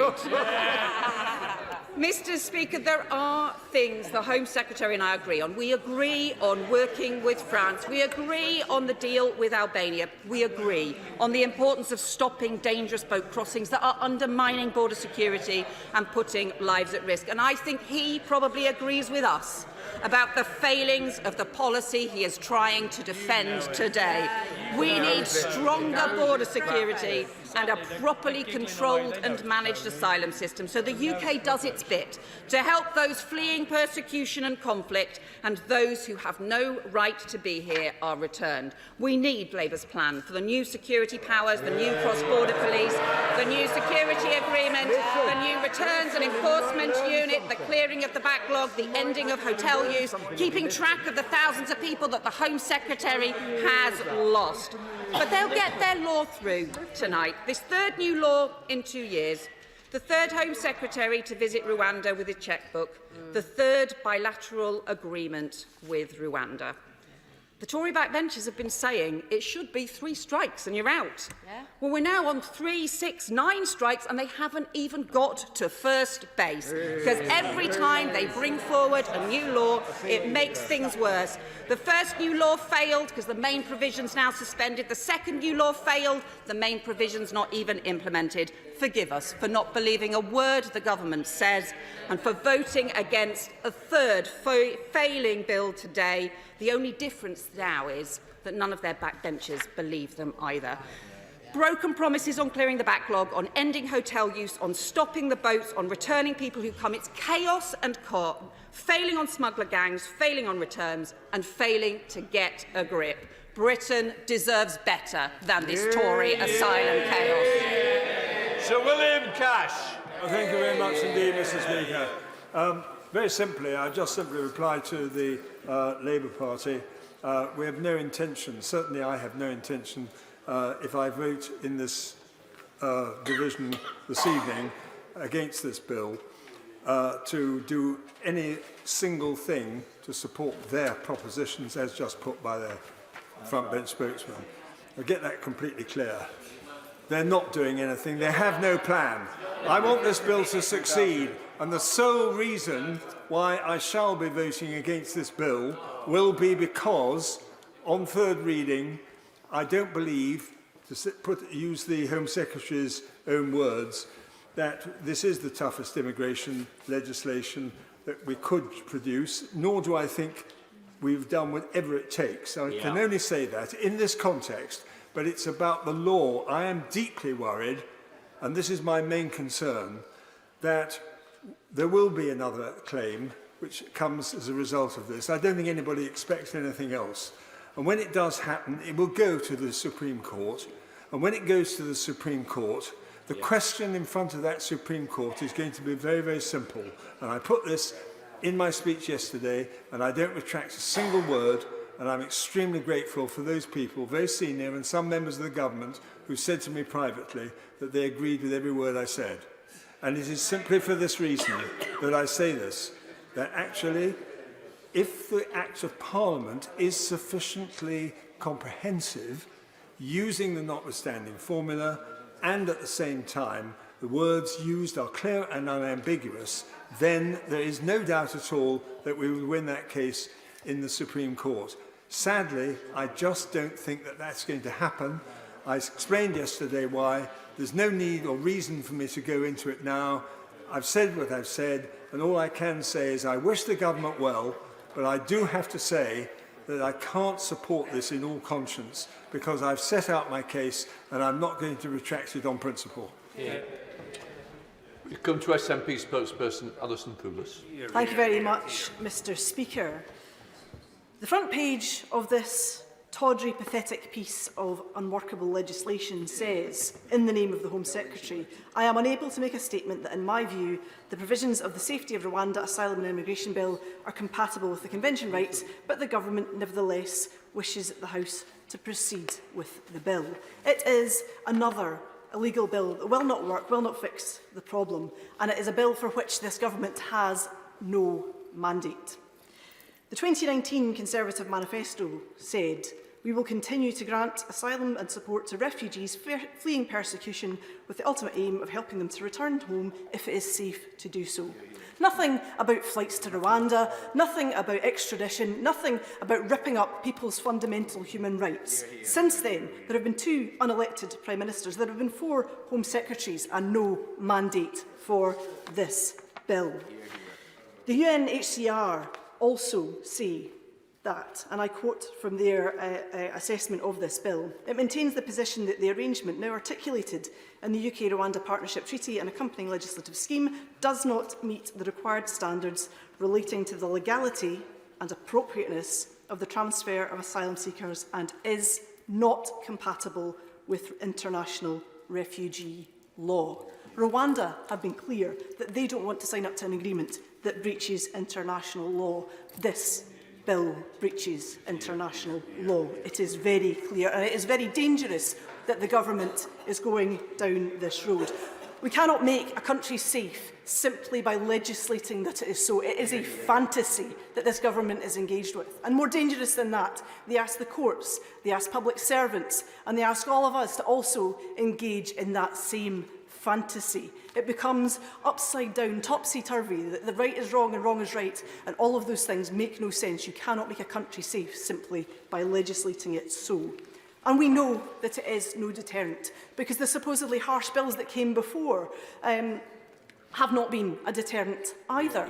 It's been 181 days since the last tough, harsh, difficult, deterrent piece of legislation was passed, and those measures are not even yet in force from their previous tough, difficult, harsh bill that would be a deterrent. So we cannot believe them now. And you will also find that the tiniest number of people are actually going to be sent to Rwanda anyway. A tiny, less than 1% of the crossings this year would be sent to Rwanda.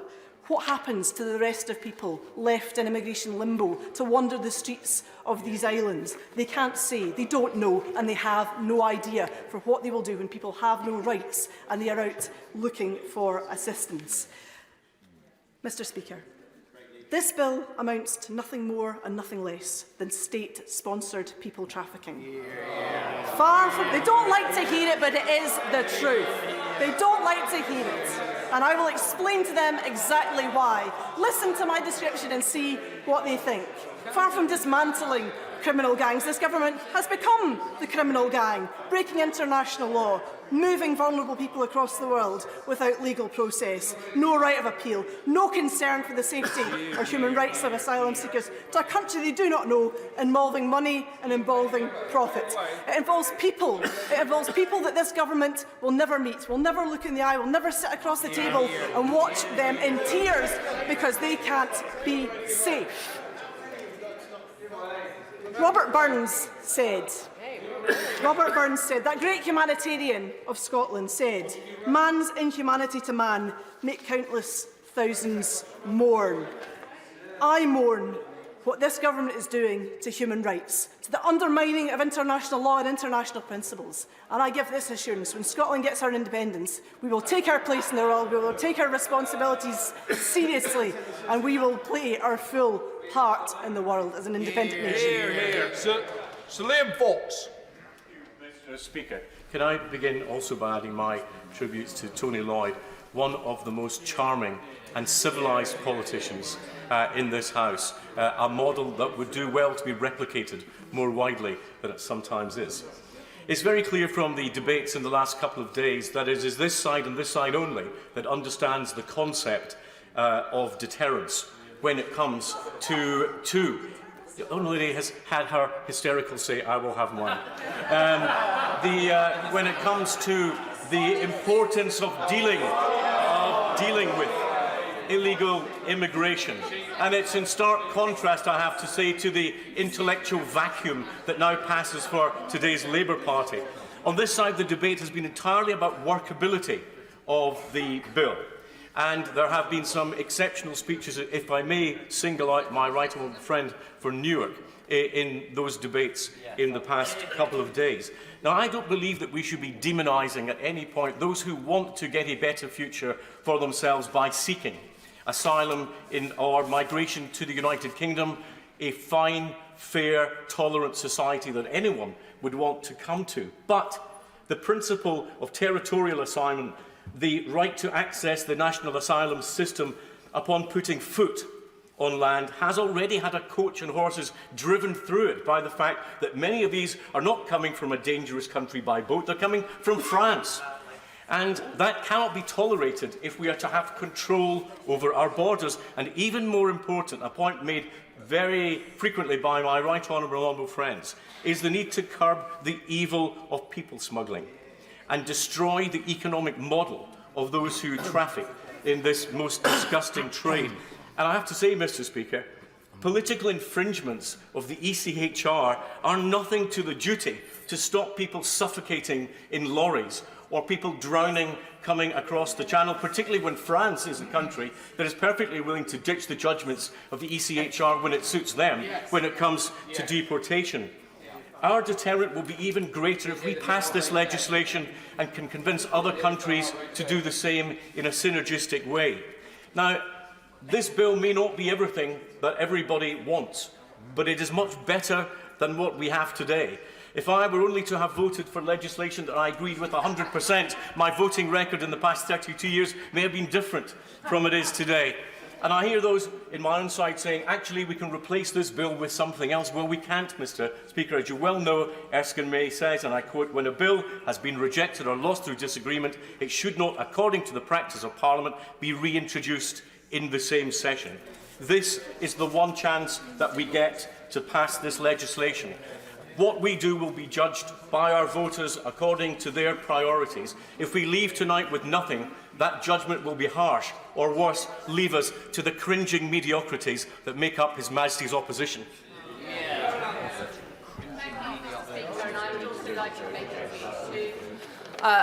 Tony Lloyd, who I sat with for his last speech, which was in Westminster Hall, on human rights, on this very issue we're discussing now, and he spoke with such wisdom, and we will all miss him.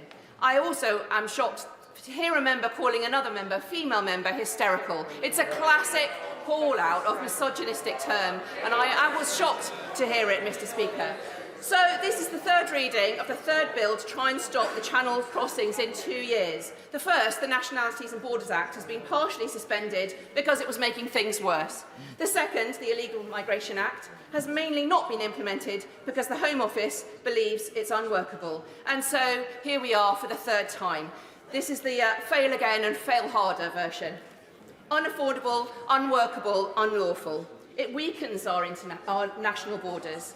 It undermines international courts, those courts that protect and that we rely on as British citizens. And I've been very concerned about the attacks on the European Court of Human Rights during debates on this bill. And the costs are spiralling. £400 million, plus £2.1 million already spent in legal bills alone by November 2023. This latest gimmick, not a plan, lets down people fleeing persecution and won't deliver on fixing the immigration system. It will leave nearly 100,000 cases in a backlog, 56,000 people in hotels, and, as we've now heard, more than 4,000 people missing from the system. It won't fix the system that the Conservatives have broken. It won't be that deterrent. It's too small and unworkable. It doesn't respond to the international situation with increasing climate change impact and conflict around the world that is driving people to seek safety.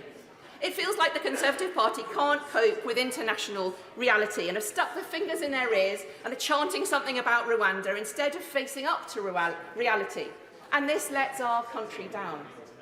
What will stop the boats and the dreadful deaths in the cold seas is Labour's plan. We will clear the backlog with a new fast-track system and 1,000 officers.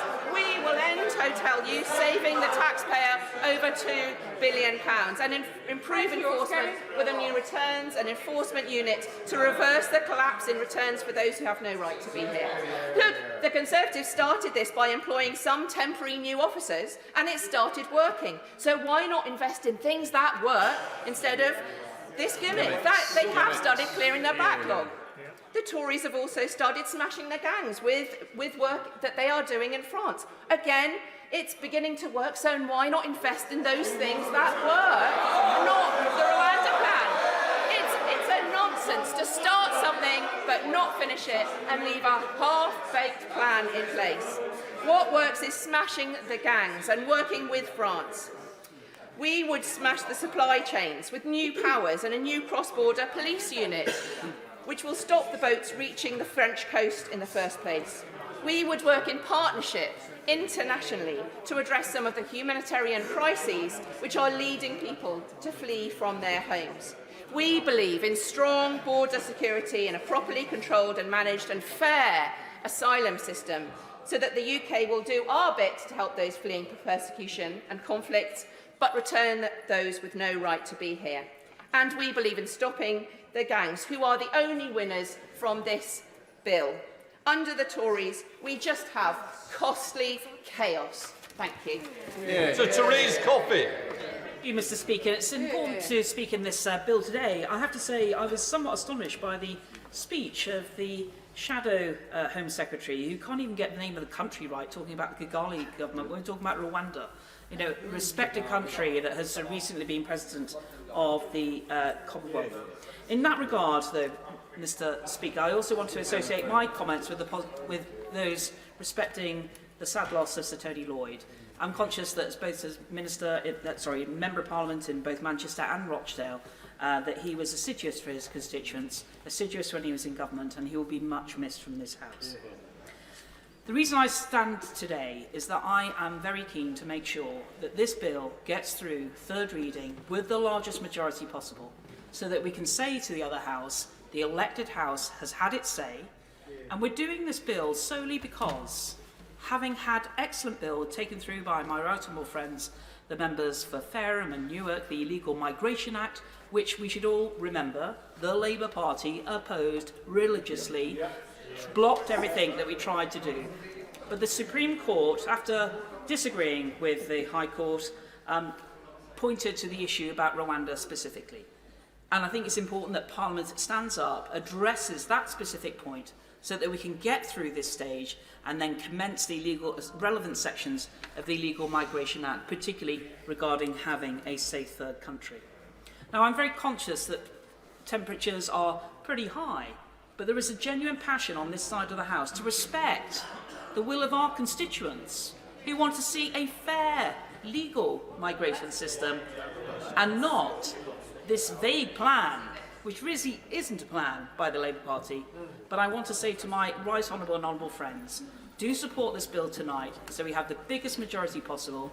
And I point to clause 2 of the bill, where specifically it says in law, and I appreciate what other members have said, but it's very specific that when decision makers are making these decisions, that Parliament has given its full confidence that when people go to Rwanda, that they will be treated fairly, that the conventions will be applied, and then we will have that effective process, but also that effective deterrent, which I think actually the whole House seeks. So, Mr. Speaker, let's be clear, let's talk as one voice. I wish that the opposition would come on this side. I know from their track record of opposing the Illegal Migration Act that actually they might talk the talk, they're full of bluster, they don't really mean it, they don't really care. But I know that this Conservative government cares, I know that every Conservative MP cares, and we need to make sure that the Lords listen to the elected House. I just want to say I'm personally gutted by the loss of Sir Tony Lloyd. He was a decent, kind, wise man and an excellent Member of Parliament, and we will all seriously miss him. As for this debate, they do say that the smaller stakes, the more ferociously over which they are fought, and the small stakes are that 1% of the asylum seekers who come to this country might just, if this bill works, end up being sent to Rwanda at the cost of £240 million and counting. And we know it won't be a deterrent. We know that people have travelled from the Horn of Africa, as I said earlier on, and through Libya, through over the Mediterranean, through Europe, to that tiny fraction of people who end up trying to cross the English Channel, as if that will put them off the 1% chance they may go to Rwanda, having taken all the risks they've taken to get as far as France. And of course people travel from France, because they're not going to blooming sail directly from Libya, are they, for pity's sake? People will come from France. The French government could turn round to the Spanish and to the Italians and say, no, you're a safe country, stay there. You see where I'm going from all this. If we don't work cooperatively, then the whole thing falls down. The real issue is a 165,000 backlog of asylum cases that this incompetent government has failed to clear. The issue of deterrence I've already tried to cover, but one issue that I think will come about is that people may well decide, the people smugglers may well decide to bring people into this country, and they will simply go under the radar, not claiming asylum at all. So you won't reduce the number of people coming here, you will make sure you massively increase the number of people who end up in the black market, being in people trafficking, being victims of sexual slavery and so on. Only a quarter of those few people who are denied asylum, who do go through the system, only a quarter of them are actually removed by this government. So what we've got is a government that talks tough and acts weak. If you actually wanted a deterrent, then you'd make sure that there was a system that actually dealt with those 165,000 people, and you removed the ones who weren't genuine asylum seekers. Even the government's own figures, though, show that 75% of those people who come here claiming asylum are legitimate and genuine refugees. If you want to deter people, assess them, and then return the ones who are not genuine refugees. But the weakest thing of all about this bill is it's predicated upon the government's desire, because they think somehow the electorate likes this, that they would demonise those people who are the most vulnerable in the world. I want to say, Mr. Speaker, that they have misunderstood and massively underestimated the British people, and certainly my constituents, who are better than they think they are. I can tell you about my community. 1945, half of the children who survived the death camps in Nazi-occupied Europe came to our shores. In fact, they came to the shores of Lake Windermere. They were the Windermere boys, the Windermere children, and we are proud of that legacy, because that speaks to the kind of people we are in the lakes and the kind of people we really are in Britain. When you speak to people, and I've visited some of the camps in Europe, when you visit people and you speak to those people who are seeking to come to the United Kingdom, and by the way, there are 19 European Union countries that take more refugees per head than the United Kingdom, which is an important thing to remember. When you talk to those people who do want to come here, what is it that drives them to come here? It's not benefits, it's not the NHS, it is a belief in Britain. They believe Britain is the kind of place where you can raise a family in peace, where you can earn a living, where you can have religious freedom and other liberties. And the thing is, that reputation is built on hundreds of years of experience, a proud experience of what it is to be British. Our forefathers and foremothers have built that reputation. It will take more than this tawdry government and this shabby piece of legislation to undermine that reputation overseas. They want to make Britain unattractive. They will fail. This bill will fail. It is a costly, expensive failure, and it deserves to be rejected by this House. Mr. Speaker, I'll be quick, but it's been a very useful debate already, because we've heard from the opposition parties where they stand. We've heard from the SNP that They want Scotland to take its place among the nations of the world. What we didn't hear is whether they want to take Scotland to take its fair share of the refugees of the world, because so far they don't do it. And we heard from Labour, which was very good to hear, that they do in fact have a plan to stop the boats. It's our plan. It's everything that we're doing already, just without the Rwanda bit, which is the one essential piece of the jigsaw that will act as an effective deterrent and stop the boats. And I honour the honourable gentleman from the Liberal Democrats and his passionate speech there, but I think what he was saying is that we should just be more like Europe when it comes to refugees and asylum. I'm not sure that's what the public want. Mr. Speaker, I just want to pay tribute briefly to a few people. The government whips, first of all, have done a brilliant job today. My congratulations to them, and I honour their efforts. They've been more successful than I have been today, but I'm very glad that we're all more or less united again as a party. Can I pay particular tribute to the Minister who has worked with colleagues across our party and across the House, in fact, to address the concerns that we had. And I'm pleased to say there have been some commitments today and in the last few days. I don't think they go far enough. And I want to just acknowledge the really important work that my honourable friends from Stone and from Newark have done through the committee stage of this bill, because I think that the amendments that they tabled and that so many of us have supported in the last 2 days would have made significant improvements to the operation of this bill. We are all in the same place, as many colleagues have said. We all want to do the same thing on this side of the House, which is to establish an effective deterrent that would ensure that people who are across the channel are immediately detained and removed. I don't think this bill is going to work as it's currently drafted, I'm afraid to say. I think that, in fact, we will see legal challenges that will clog up the process and ensure that the deterrent is not enforced. I regret that we are not honouring the trust that we had made to the people to effectively control our borders, which is what they voted for in 2016 and 2019 so decisively, and what all the opinion polls, all our constituents tell us, all common sense tells us, is such an essential part of our commitment and our responsibilities in government. And I regret that the essential principle of parliamentary sovereignty, while the bill pays tribute quite ostentatiously to the concept, does not in fact ensure that that is going to be the case. We believe that statutes passed in this place have supremacy over judge-made law and certainly over the jurisdiction of the European Court. And I'm afraid to say that the bill as it stands, much as the government agrees with the principle I've just established, the bill as it stands still allows lawyers to use foreign international law commitments and protocols to override the supremacy of Parliament, and I deeply regret this. My view is that we could have got a better bill through Parliament in this session.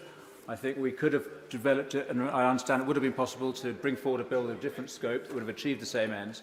So I regret that we're not doing that, but I understand this is where we are.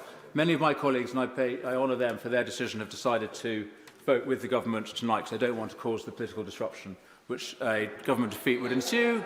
I respect that greatly. I think that's a very honourable position. My view is, I said at the outset that the bill needed these improvements. I don't think it will work. I think we could have done better. Nevertheless, the fundamental fact is that we on this side of the House are united in our commitment to stopping the boats through this policy. The real division is not this gangway, it's that aisle. And the great value of the debates that we've been having is that it exposes the position of the parties opposite. They don't believe in stopping the boats, and we all do. Thank you. Thank you, Mr. Speaker. The tribute I received about Tony Lloyd today came from the ex-Chief Constable of West Midlands Police, who used to be the Deputy Chief Constable of Greater Manchester Police, and he said that Tony was one of the best people he had ever worked with, and so I stand here to say that. I want everybody in here to know that they are about to vote for a bill that they have absolutely no idea how much it's going to cost.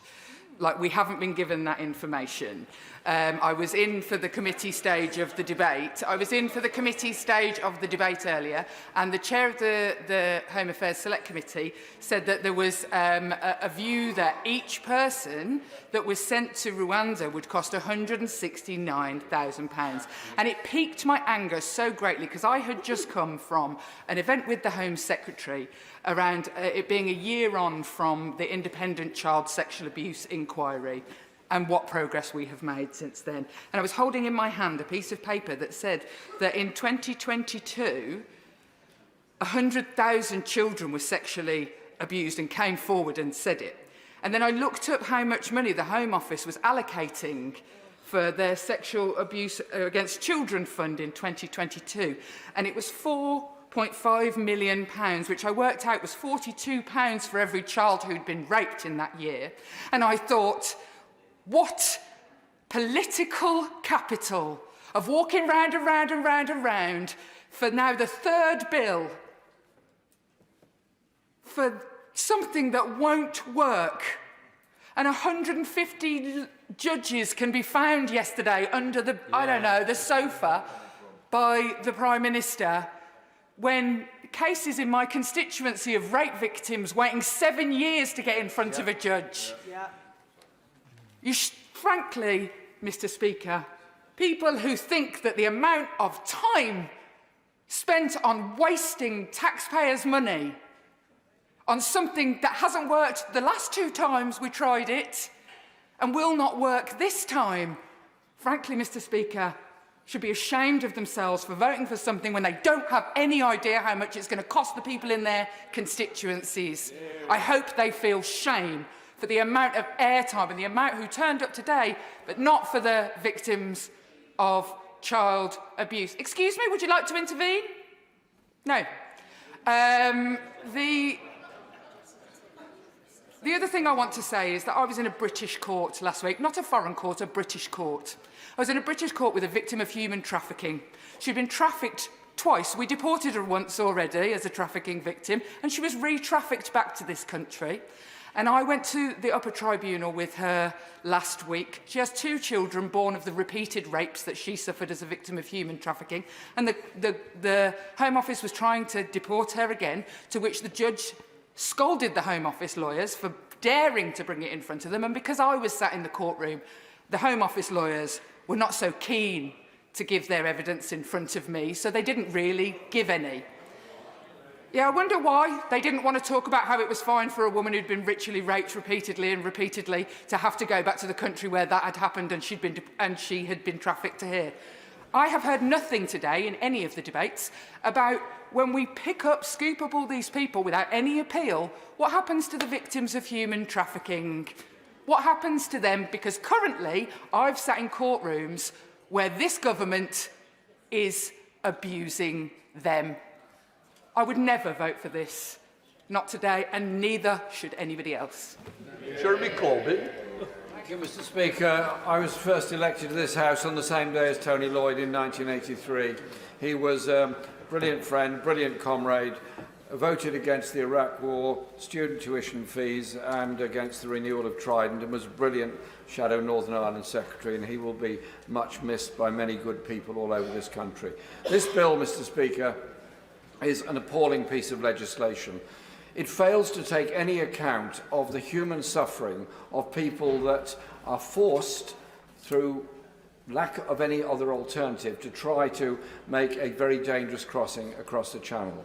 I have met people in Calais who are desperate, who are poor, are confused, have travelled from Afghanistan and other places. They are victims of war, of human rights abuse, and of poverty and so much else.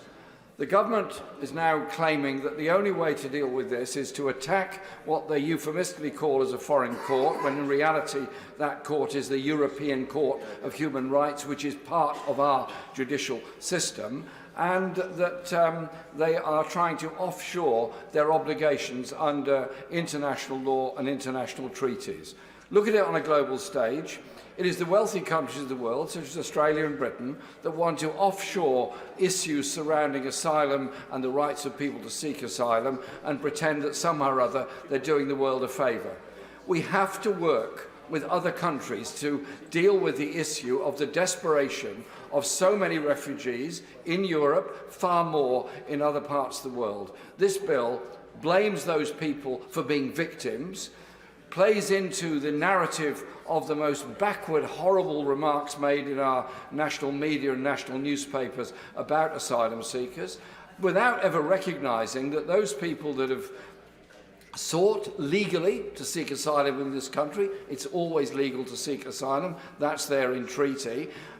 Tomorrow, eventually, there'll be our doctors, there'll be our lawyers, there'll be our teachers, there'll be our engineers, as they are all over Europe. But it's playing into this sort of racist trope against refugees all over the world, and it is attacking refugees because of where they come from. And so I hope that the House tonight rejects this bill, but I hope in future we don't come back to this kind of debate. Instead, we start to look at the issues of human rights abuse, victims of war, victims of environmental disaster, and the needs of those people to be cared for on this planet as fellow human beings, rather than making them out to be the enemies they certainly are not. Desperate people are looking for a place of safety. Surely it's our obligation. The Home Secretary is getting very excited, but it's his obligation to try and make sure they do have a place of safety in which to survive for the rest of their lives. Well, Brian, Mr. Speaker, I too pay tribute to Tony Lloyd. He was a far, far better man than most of us in this House, I think we would all admit.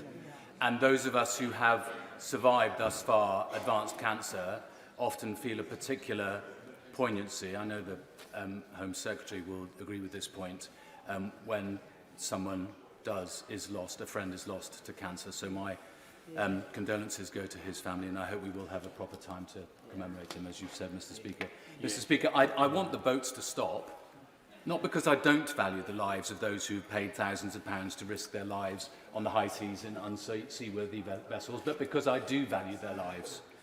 Because I despise the people traffickers, and because I don't want the generosity of the British people to be tested to breaking point. I'm voting against at third reading today for 4 reasons, though. First, I agree with the right honourable members, they're not all here now, I'm afraid, but for Newark, for Stone and for Devizes, this bill won't work. It's a false promise, and I'm sick of false promises. It's a waste of money, and I'm sick of the government wasting our money. And I'm very sceptical that it will actually act as a deterrent. After all, if the freezing waters of the Channel that can take a life in a matter of minutes are not a deterrent, how will a 1% chance of being transported to Rwanda act as a deterrent? Exactly. Second, this bill is based on a heady mixture of gross exaggeration, preposterous wishful thinking, and miserably misconceived machismo. Look at the exaggerations. The Right Honourable Member for Newark said yesterday, millions of people in the world want to make that journey in a small boat. Where on earth is his evidence for that? The Right Honourable Member for Fareham said that there are many instances of asylum seekers purporting to be homosexual to receive preferential treatment in asylum applications. Where on earth is her evidence for that? Many have claimed that the vast majority of those arriving in small boats are economic migrants. But the evidence is that when the Home Office has investigated, it has granted 65% of them refugee status. Third, the Right Honourable Member for Newark said yesterday that the law is our servant, not our master. But it is wrong that even without amendment, this bill places ministers above the law. It means, Mr. Speaker, that even if a dog is factually a dog, and a court, having interpreted the law, has adjudged it to be a dog, the government can declare it nonetheless to be a cat. The former Attorney General said earlier, quite rightly, that we rely in the UK on international law. It's the basis of how we protect ourselves and our interests. So how can we argue that China and Russia and the Houthis should not renege on international human rights law when we ditch it when it's inconvenient for us? And how many of us condemned Russia, quite rightly, when it declared by statute law that Luhansk and Donetsk were part of Russia when they are patently part of Ukraine, as laid down in international treaty? Fourthly and finally, Mr. Speaker, the Right Honourable Member for Newark said yesterday, we are not a parish council. I agree. So let's stop behaving like Handforth Parish Council. Let's behave like the House of Commons. Protect ancient liberties, including the right to appeal, respect the rule of law and honour our international commitments, like honourable members. Okay, well, the committee's gone through the House and it's not made any amendments, any of the varying and contradictory amendments from the varying and contradictory factions on the Tory parties. And what we're left with is a bill that in reality nobody actually wants. The hardliners on the Tory party right don't like it, something to do with foreign courts. The Tory left don't particularly like it because they realise how close it sails to breaching our international human rights obligations. The official opposition don't like it, I think, because it's too expensive. And on the SNP, we are opposed to this bill and the entire hostile environment policy in principle, because this is just completely the wrong way to deal with some of the poorest and most vulnerable people who come to these shores seeking refuge and safety. We want to welcome refugees and encourage them to contribute to our economy and society. But, Mr. Speaker, it seems even the Republic of Rwanda is getting cold feet, and no wonder, notwithstanding the fact that the United Kingdom continues to grant asylum to asylum seekers from Rwanda.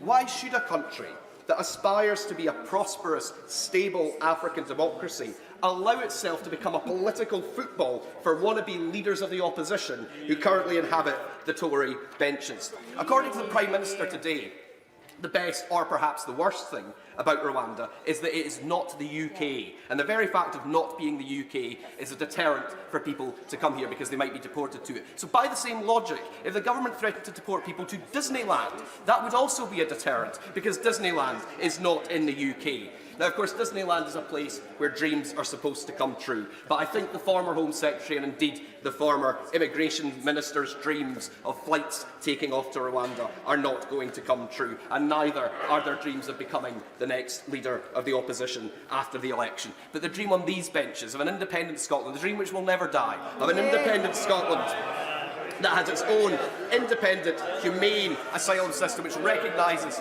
human rights and wants to welcome refugees, that dream will come true, and sooner rather than later, Mr. Speaker. The question is that the bill now be read a third time. As many of that opinion say aye. Aye. And the contrary, no. No. Division, clear the lobbies.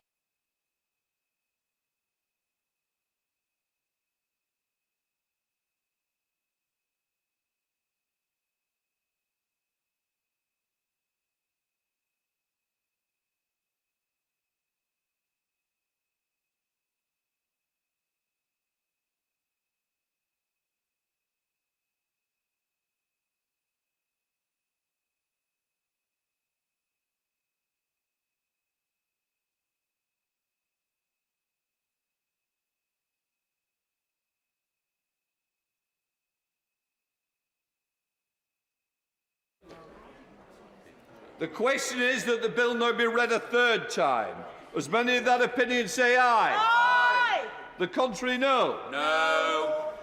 The tellers for the ayes are Mark Fletcher and Scott Mann. For the noes are Sam Dixon and Andrew Weston.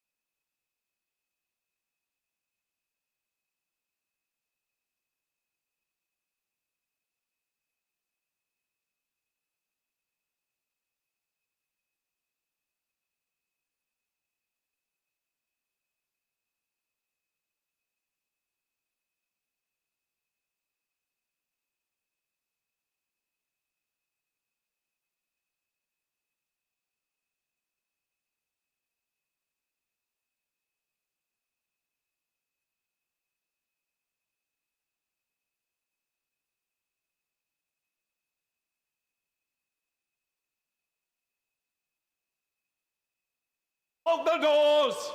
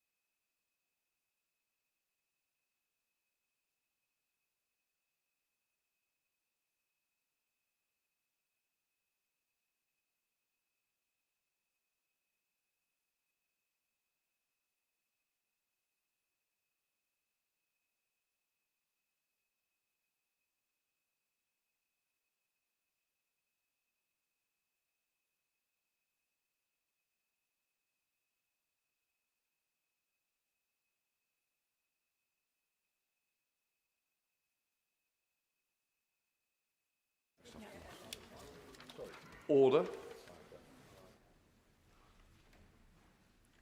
The ayes to the right, 320. The noes to the left, 276.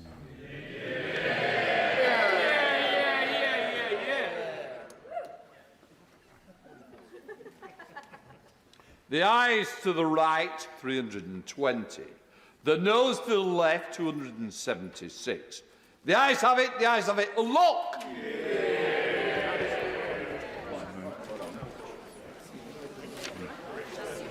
I'll just let the chamber clear and then we'll... Thank you, that's a good idea. Nobody's objecting. Right. I think that's it.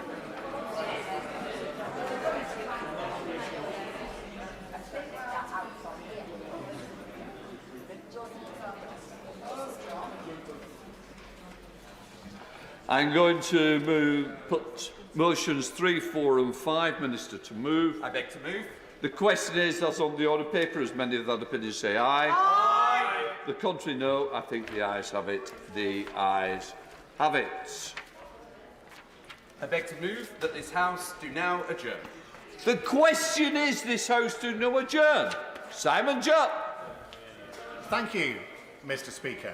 I am delighted to have secured today's important adjournment debate on hospice funding in Devon.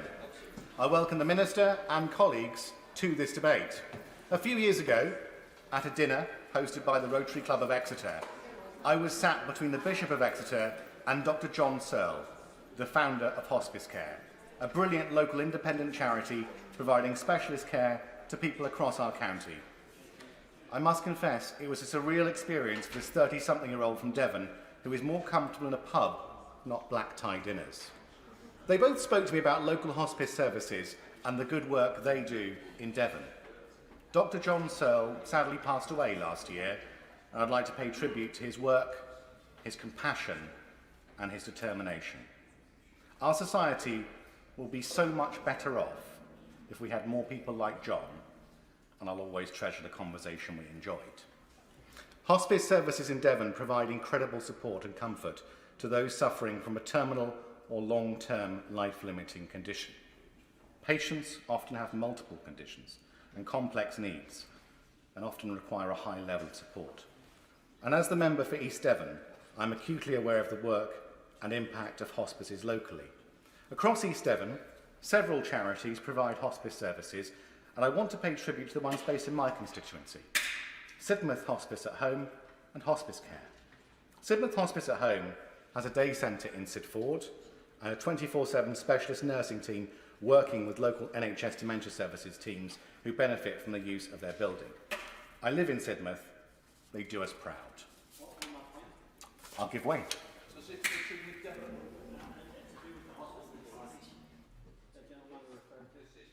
Devon. I'm sure you could do something that does relate to funding in Devon. Thank you, Mr. Speaker. And the Honourable Gentleman is right to refer to the hospice funding in Devon as it's put forward. But just to say this, Mr. Deputy Speaker, or Mr. Speaker, while the hospice funding and the charity giving in Devon is good, could I suggest to him that perhaps in Strangford it may even be better? Each year in Northern Ireland, our fundraisers add £15 million to the 4 hospices, and without this, the hospices couldn't function. Does the Honourable Member not agree that government must stop relying on people's charity to fill the gap and increase funding immediately to meet that need? I know his charity givers in Devon do well, but the ones in Strangford do equally well. Thank you. Thank the Honourable Gentleman for his point. One of the points he raised with me earlier, because he told me he was going to intervene on me, was about fundraising, and that's been really difficult since COVID for all sorts of reasons. But across the rest of our part of Devon, Hospice Care runs hospices at Highview Gardens in Exmouth, Searle House in Exeter, and has a fantastic clinical nurse specialist team in Budleigh, Salterton, Exmouth, and further afield in neighbouring constituencies. Hospice Care is the biggest of the local charities that supports 2,500 people each year. But these charities need dedicated teams and a lot of funding to support many thousands of patients. And funding matters even more because, as we know, Devon's population is ageing and growing. In Devon, there are proportionally more older people than the national average. More than 25% of the total population in the Devon County Council area is aged over 65, compared to less than 1 in 5 of the total England population. 14% of these people are 85 and over. By 2040, Devon's population, aged between 65 and 84, is predicted to increase to 225,000, a 27% rise, and the 85-plus population will nearly double to 56,000. Hospices across our county are therefore playing an increasingly key role. Now, I was reminded of the importance... I will give way. Thank the Honourable Gentleman for giving way, and he's right to highlight the future challenges for hospices. Would he agree that plans like coming forward from Rowcroft Hospice in my own constituency to very much integrate and provide both nursing and sheltered accommodation alongside the hospice services they will continue to provide show a way to actually generate additional income whilst not conflicting with their core purpose? I completely agree with him. These services are dynamic, they are working, and the people of Torbay are well served. Now, I was reminded of their increasing importance by Dr. Timothy Dudgeon, a constituent of mine in Ottery St Mary. He first approached me 2 years ago, and we met at one of my regular surgeries in Exmouth shortly afterwards. His plea was simple. Hospice care, one of the charities I've mentioned, needs fairer funding from the NHS in Devon to cope with growing demand. Now, I fully agree with him, but here we are, 2 years later, because the NHS in Devon simply aren't listening. I've raised the matter through meetings, letters, and everything else to the NHS Integrated Care Board, or ICB for short. And I'm taking my call to the floor of this House because I want the chair of the ICB, Dr. Sarah Wollaston, formerly of this place, to realise that I'm not letting this unfair deal for Devon's hospices go without challenge. The issue here is obvious to all, and the solution is simply common sense, something we ought to try a little more often. Hospices across our country and county are facing a perfect storm. Income from fundraising is falling, while costs and demand for their services are rising. Hospice Care in Devon has told me they are facing a £2.5 million deficit in the next financial year. Meanwhile, Sidmouth Hospice at Home has told me their average caseload has risen by over 50% in the last year alone. Amid this perfect storm, I've been calling on the NHS Devon ICB to increase their funding for all of our hospices. Now, ICBs, Integrated Care Boards, are responsible for determining the level of funding for palliative and end-of-life care in their area. It's devolution, I support it. The government doesn't decide how funding is spent. Local organisations should know their area best and where to send their money. I question this in Devon.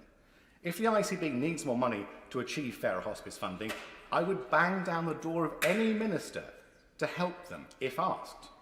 But they haven't, and we faced a wall of silence. That was, intriguingly, until a couple of hours ago, when I received a letter from NHS Devon ICB. Intriguing timing, do we not think, given they didn't reply to previous letters I've sent last year. Now they have finally responded to one of my letters from November. NHS Devon ICB saying they're working on plans to move towards more equitable NHS funding starting in the next financial year. I'm sure colleagues here will be pressing for more details about that. And the wall of silence we've all faced in Devon is why I've launched a campaign and petition on my website to put pressure on the ICB to increase funding to our local hospices, which residents from across my constituency of East Devon and beyond are supporting. I first raised this with NHS Devon ICB 2 years ago, after I met with Dr. Timothy Dudgeon. I really hope the Minister can support my message to the ICB and its chair, Dr. Sarah Wollaston, and my message is crystal clear. There needs to be a fairer deal. Hospice care is funded for 18% of their costs from NHS Devon ICB, compared to the national average of 37% from ICBs across England. Sidmouth Hospice Care at Home receives no funding from the NHS in Devon at all, and that puts them in a small minority in the country, receiving no money from a local NHS body. That simply cannot be right. I will give way. Richard. I'm grateful to the honourable member, both for giving way and also for securing this debate this evening, which is a really significant one. I know from Seaton Hospital League of Friends, where there is the Seaton Hospice at Home facility, that the palliative care nurses who work there are amazing people, and they help people to die in a very dignified fashion. So, given that we have such fantastic people who work for such organisations as Hospice at Home in Seaton and Sidmouth, does he think that they ought to continue to have a physical location in which to work from, as they do currently at Seaton Hospital? And would he agree with me that the Minister might do well to talk to NHS Property Services so that they can continue to have that facility at Seaton Hospital? Gentleman, for his intervention. He makes a very good point about Seaton Hospice Care at Home, and they do a fantastic job for the residents of Seaton and the Collie Valley around the area. I think he also makes a really good point about Seaton Hospital, which of course we face challenges with locally. He knows all too well as the member for Tiverton and Honiton. And I think one thing that is really important to recognise is that obviously NHS Property Services is an arm's length body. Having said that, recent meetings with one of the ministers who has sponsorship of NHS property services does show some light to try and make sure that that building, Seton Hospital, is protected for future generations. But I want to speak about somewhere else in Devon for a second, because the Honourable Member for North Devon can't be here. I am told North Devon Hospice has been trying to get its hospice at home service commissioned for a decade. A decade. And the ICB agrees it should be, but will still not fund the service, which saves North Devon District Hospital £2.7 million in avoided admissions. Similarly, the members for South West Devon and Plymouth, Sutton and Devonport have raised the same issues with St Luke's Hospice in Plymouth too. This is plainly unfair. Now must be the time to strengthen our hospices, give them fairer funding and help them take pressure off the NHS. I will give way. I'm very grateful for bringing the adjournment debate, Mr Speaker. In terms of the threats faced by the charitable palliative care sector, I think they're not only emulated in East Devon, but even in my own constituency. I have two of the largest hospices in Scotland, St Margaret's Scotland and Whitecrook, and also the Children's Hospice in Bala. But the big challenge has been how to be taken seriously by NHS managerial structures. And whilst I have two vibrant and very well committed palliative care structures in these two charities, sometimes the biggest challenge has been them being taken serious by, well, as we would say, community health partnerships, or as these integrated care boards in his area. And he's hit the nail on the head, I think. He's absolutely right. Now must be the time to strengthen our hospices, give them fairer funding, and help them take pressure off the NHS. And hospice care has calculated that its services save 2 to 3 hospital admissions every day. These are patients the local NHS would have to cover if the hospice has to cut its services. Sidmouth Hospice at Home has calculated that they are saving NHS locally more than 1,300 nights of hospital stays through preventing admission, shortening stay lengths and speeding up discharges. Isn't this what we want? The benefits of fairer funding are plain to see. Strengthening our local hospices takes pressures off our NHS, but without fairer funding, and given the perfect storm of less fundraising income, more costs, more demand, there is a real risk they may have to cut vital services without it. Now, this includes inpatient beds and specialist community nursing provision. This cannot be allowed to happen. That is why I urge NHS in Devon to listen to the case I have made today and the Minister to back my call. It is high time for fairer funding for our brilliant hospices in Devon. Minister. Thank you, Mr Speaker. And I would like to thank my honourable friend for East Devon for securing this debate about the funding of hospice care in Devon. And I know that he is a huge supporter to hospices in his area, including the